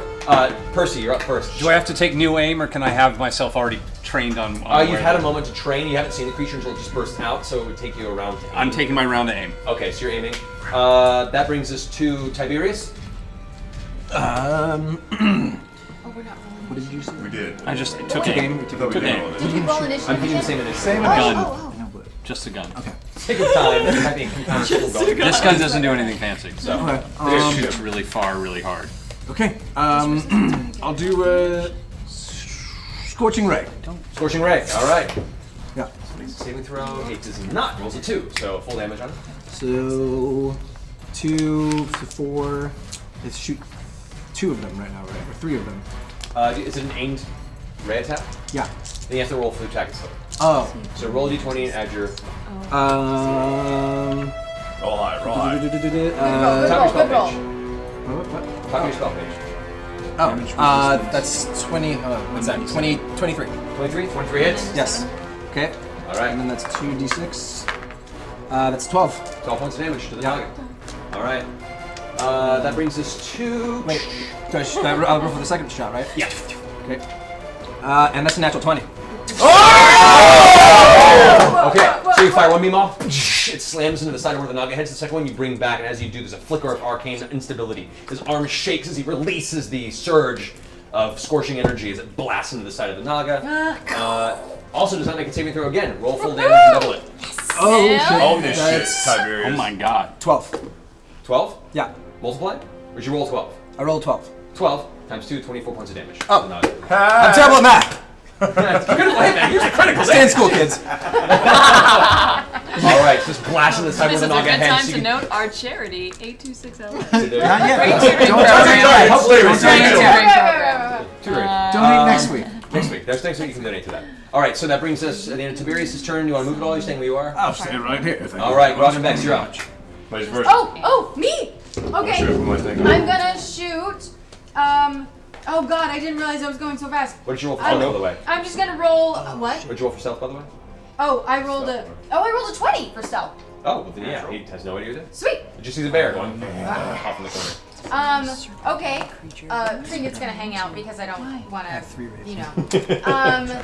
I'm going to shoot Conjure Barrage. No, I'm gonna shoot him. I'm gonna shoot him twice. All right, go for it. All right. Arrow once, arrow twice. Legolas style. But I am gonna do Ledge the up, Legolas. fire arrow thingy at it. Okay, so using Which your, is- your bowstring. Yeah, the bowstring blazing bowstring. Thank you, Tiberius. that he created and crafted. All right, so as you pull the second arrow out, you knock it. As you let it go, it bursts into flames, arcing halfway through the air. Okay. What was your hit roll? The 21. 21 hits. Yes. Okay. Oh, wait, that's a 4 plus 7. Don't is forget your 11. inspiration. Inspiration dice is for the hit. Oh, okay.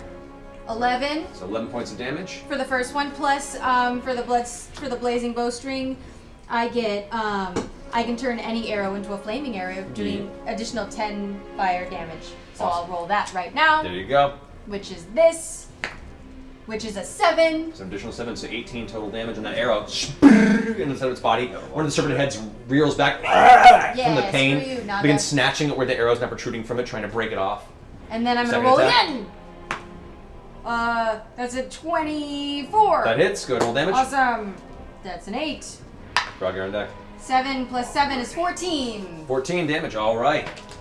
Both arrows sink into it. Yeah. Definitely kind of piercing through the scales a little bit, but not sinking too deeply into its body. It's definitely a hardy creature. Grog, you're up. Right, I would like to run around the other side of the rock, raging spit flying out of my mouth. And I would like to use the chain of returning, also crafted by Tiberius, attach it to the end of the great axe, and throw it from where I am at the snake.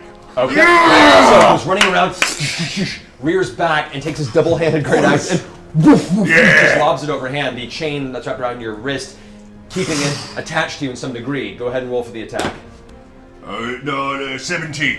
17? Can I? Just hits. Alright, nice. That is 15. 15 points of damage as the axe embeds itself pretty deeply into the torso. I didn't do the hunter's mark. Roll hunter's mark damage right now. Thank you, chat room. 6. 6, awesome. 6 damage. All right, And this is an athletic strength check required to pull the weapon. I missed who it was, but thank you. I like Yes. this. So go ahead and roll. Rock An athletic check. No, 12. yeah. No, you roll a d20. Oh, It's a DC 12. Try and pull it from the top. Shit, balls. Taint 5. Plus what? Plus your athletics. Oh, that's bound to be good. 7. It's 12. 12 is the DC. So yeah, you pull back the chain. The blade is it's resisting. It's stuck in the torso, and eventually it flies back, and you just barely catch it. I love your joy sounds. You're just All right. Meant to do that. Meant to do that. Now it's its turn. Oh no. Oh Yeah, come on. Oh, shit. What? Why me? No, that's not me. For That's its not me. size, when it moves in a burst of lightning energy. It almost is too fast for its its corpulent form. Damn it. As it goes behind to Keyleth and Tiberius, it makes an attack with each of its 5 heads. 2 on Tiberius, 3 on Keyleth. Remember, you guys have stone skin, so I believe you have resistance against damage, right? Oh, yes, I do. All right, so against Keyleth, it's a natural 20. It's a 12 plus 7. It's going to be a 19 to hit. With against you as well. Yeah. And natural 20 again. Wow! So 2 critical hits and a hit on you. What is this bullshit? Tiberius, that's a 22 to hit. And a 13 to hit. One does, one does not. Okay, cool. So against Keyleth, you take... God, cat, stone skin. I know. So you take half damage to these, which is fine. Yeah. So that's 2 plus 4. That's 6 damage half. You take 3 damage. Oh, sorry, 3 multiplied 2 because it's a critical. That yeah, would let's not put forget So you that. take 6 damage from the first strike. That's nothing. Not 6 too bad. damage. You take 7 damage from the second strike. Okay. And another 6 damage from the third strike. Although actually, it would have been 6, 4, and 6. Because you have resistance in the damage because of stone skin. 6, 4, and 6. Yes. However, make a Constitution saving throw. As venom from the fangs Oh, of the no. Naga begin to Where is pulse she? into your bloodstream. I should have taken these points. I thought you did. Yeah. Resistance. No, I he talked talked me her out out of of it. What am I? Constitution. Yeah, Constitution saving throw. Fuck! Oh! Natural 1? Oh my god, that's awesome. Natural 1 on the Constitution. Okay, so you feel this burning, It's a bad day. burning pain pulse into your bloodstream as your whole body doubles over from the pain. Keyleth dies in episode You 1. suffer Ouch. 31 points of poison damage. Whoa. 31 on top of the 6, 4, and 6. Yep. Are you okay? The poison damage is not Are you okay? because it is not a Is physical Keyleth attack. unconscious? No, she's okay. No, she's okay. 37. She's okay. She's not entering any Tiberius, you take 13 points of damage, halved by stone skin, so you take a total of 7. 740. Oh, And no. also make a Constitution saving throw. Nah. What you got? 16. 16? You manage to physically resist the poison in your system. You feel that sweat tinge, the muscles tense, but then your dragonborn form begins to just shrug off the effect of the venom. Can I turn to him and blow fire out of my nostrils? Sure. That's what I do. Flares off in its face. True dragonborn challenge. Yeah, you That brings us to Vax. Okay, I start jogging backwards. Backwards? Yeah. Should be down to And 16 can I hit sneak points. attack while throwing? Don't get too close. You're stealthed currently, so you would technically get a sneak attack, but you have to be in melee for it to get the other bonus. So what would a sneak attack for this damage if you were to roll? Or if you were to throw a dagger at it? You would get a sneak attack. Okay, so that means just 1 throw instead of 2? You can throw both daggers. Alright, I feel so inspired by Scanlan's bardic Yeah. genius. You can add it after you make the roll, by the way. Okay. So if you do a really good roll, then you don't need it. Okay, 19 That's a good one. plus 11 is 30. And because you're a rogue, doesn't you get is that a critical for you? Yeah. Yeah. Oh yeah. Oh, 2 critical. And the other one. The other one is a 16 plus is a 26. That also hits. So you chuck both daggers out. They both kind of arc around from the very wind. You're used to throwing around. Yeah. And I meant to say I was aiming at its eye, the main head's No, eye. you should have said that Sorry. first. All right, wherever For flavor, it is. it's fine. Wherever Go ahead, it is. it's fine. All right, 4 plus 7 is 11 plus Favorite hashtag though. 5. That was really funny. 11.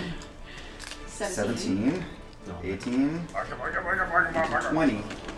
20 times 40 plus 4. 44, No. that's the first dagger? Yeah, 44 damage. 44. Rogues, man.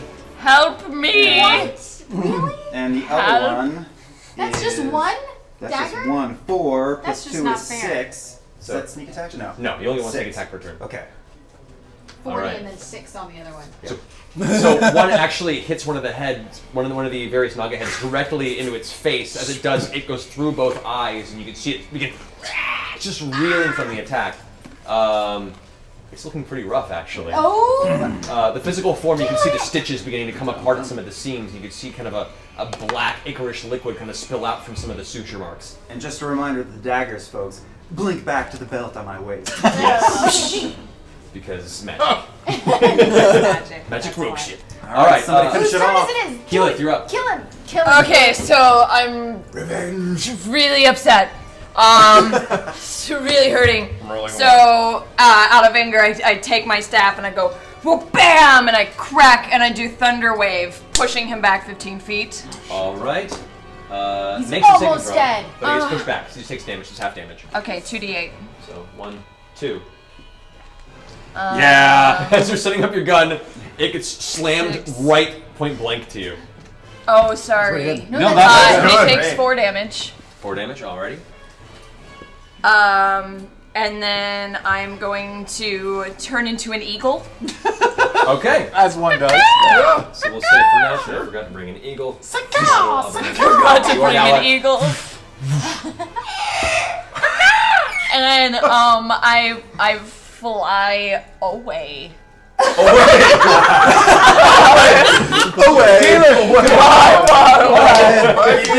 are you going? More damage. Tell our story, Keelan. That's pretty great. And then I cry in the corner and rock back and forth a little bit. Okay. And that's my turn. I forgot to mention you're actually half damage you're saving throw from the venom, so you would still take in 14 points of damage. Oh, so just mark that. okay. Oh, it is half damage on a save. All right, so that brings us to Scanlan. Oh, can I Kill us, bonus Scanlan. inspire myself? Can I? Because you're Scanlan, I'll say yes. You have such a high opinion of yourself that even you can inspire yourself in this. So yes, why not? It would help me to acquire some dice to inspire. Okay, so I inspire myself first. I move 5 feet back, so I'm on the same row as him. There? No, not that far. Yes. There you go. And then I'm going to cast lightning bolt at him. Yes. Okay. Straight line that way? Straight line that way. All right. So you don't have to roll to hit. You just roll damage on that. I didn't even need to inspire. What's Well, your DC on the spell? Top of your spell list. Yeah, Jesus. 17. Thank you. 17? That's a failure on its saving throw. Yes! Straight damage. Go ahead and roll 8d6. You got these? 8d6. 1, 2, 3, 4. Kill him. These are 8. Yes. Okay. If you kill, it spells some other He's gonna classes. get it. I'm He's gonna gonna take a get it. shit on this 6, table. 7, 8, 9, 10, 11, 12, 13, 14, 15, 16, Oh my god. 19, 20, 21, 22, Oh my God. 23, 24. No way. 24 points of lightning damage. No Yes. way. Kill it, kill it. How do you want to do this?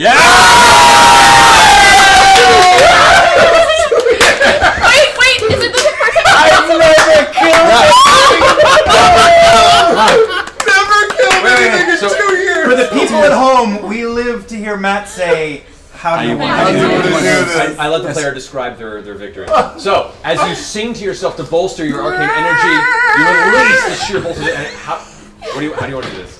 The bolt of lightning begins in its tail and works its way up through its spine, slowly but painfully torturing it as it slowly feels the effect coursing through its evil body. All right, so because of your bardic ability to actually shape sound from an arcane standpoint, a lightning bolt should be an instant flash of arcane energy. You actually cause it to crawl. You control it as it begins to cascade up the torso of this horrible abomination. As it does, you can see the bolt splinter and destroy each suture wound as each of its heads begins to slaw off the rest of the torso until nothing is left but the single head that's screaming into the air as the bolt makes its way up the neck. Its eyes burst out in a blast of energy, and the body falls limp. Can it have a lightning bolt shaped in an S? A Scanlan shaped lightning bolt is left burned into the torso of the strange Naga beast. Well done, Scanlan. Well done. As the dust settles, and the adrenaline's still pumping in your system, Scanlan, all the rest of the dwarves begin stepping down, putting their crossbows down, looking down at the little gnome that created a storm from its hands.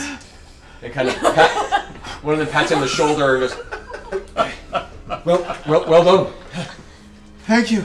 Just promise me that you'll tell Pike about this. Okay. Because it was really cool, right? That was pretty cool. Okay, good. As all the dwarves kind of look into the tunnel that it came from, and the one that you spoke to earlier kind of goes, so, that's the kind of thing coming out of there. Lovely.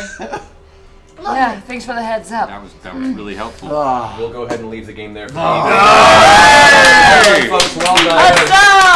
Hope you guys had fun watching our first First ever Critical Role, but that was a good time. So we'll be here next week again on Thursday, 7 o'clock though. 7 Today was just a p.m. special early edition because all of Geek and Sundry is going to South by Southwest. Good job, dude. Dude, thank you, Zach. Who's that guy? Yeah! This was fun. This was so much fun. Yeah. This is actually the most fun I've had all week. Not wanting to like die of stress behind the. That's good. Yeah, it was great. So guys, I hate to end it so abruptly, but we are actually packing up the cameras that are filming me now, our unit, everything, lights, and getting on a plane and heading to South by Southwest. We may stream tomorrow, we may not.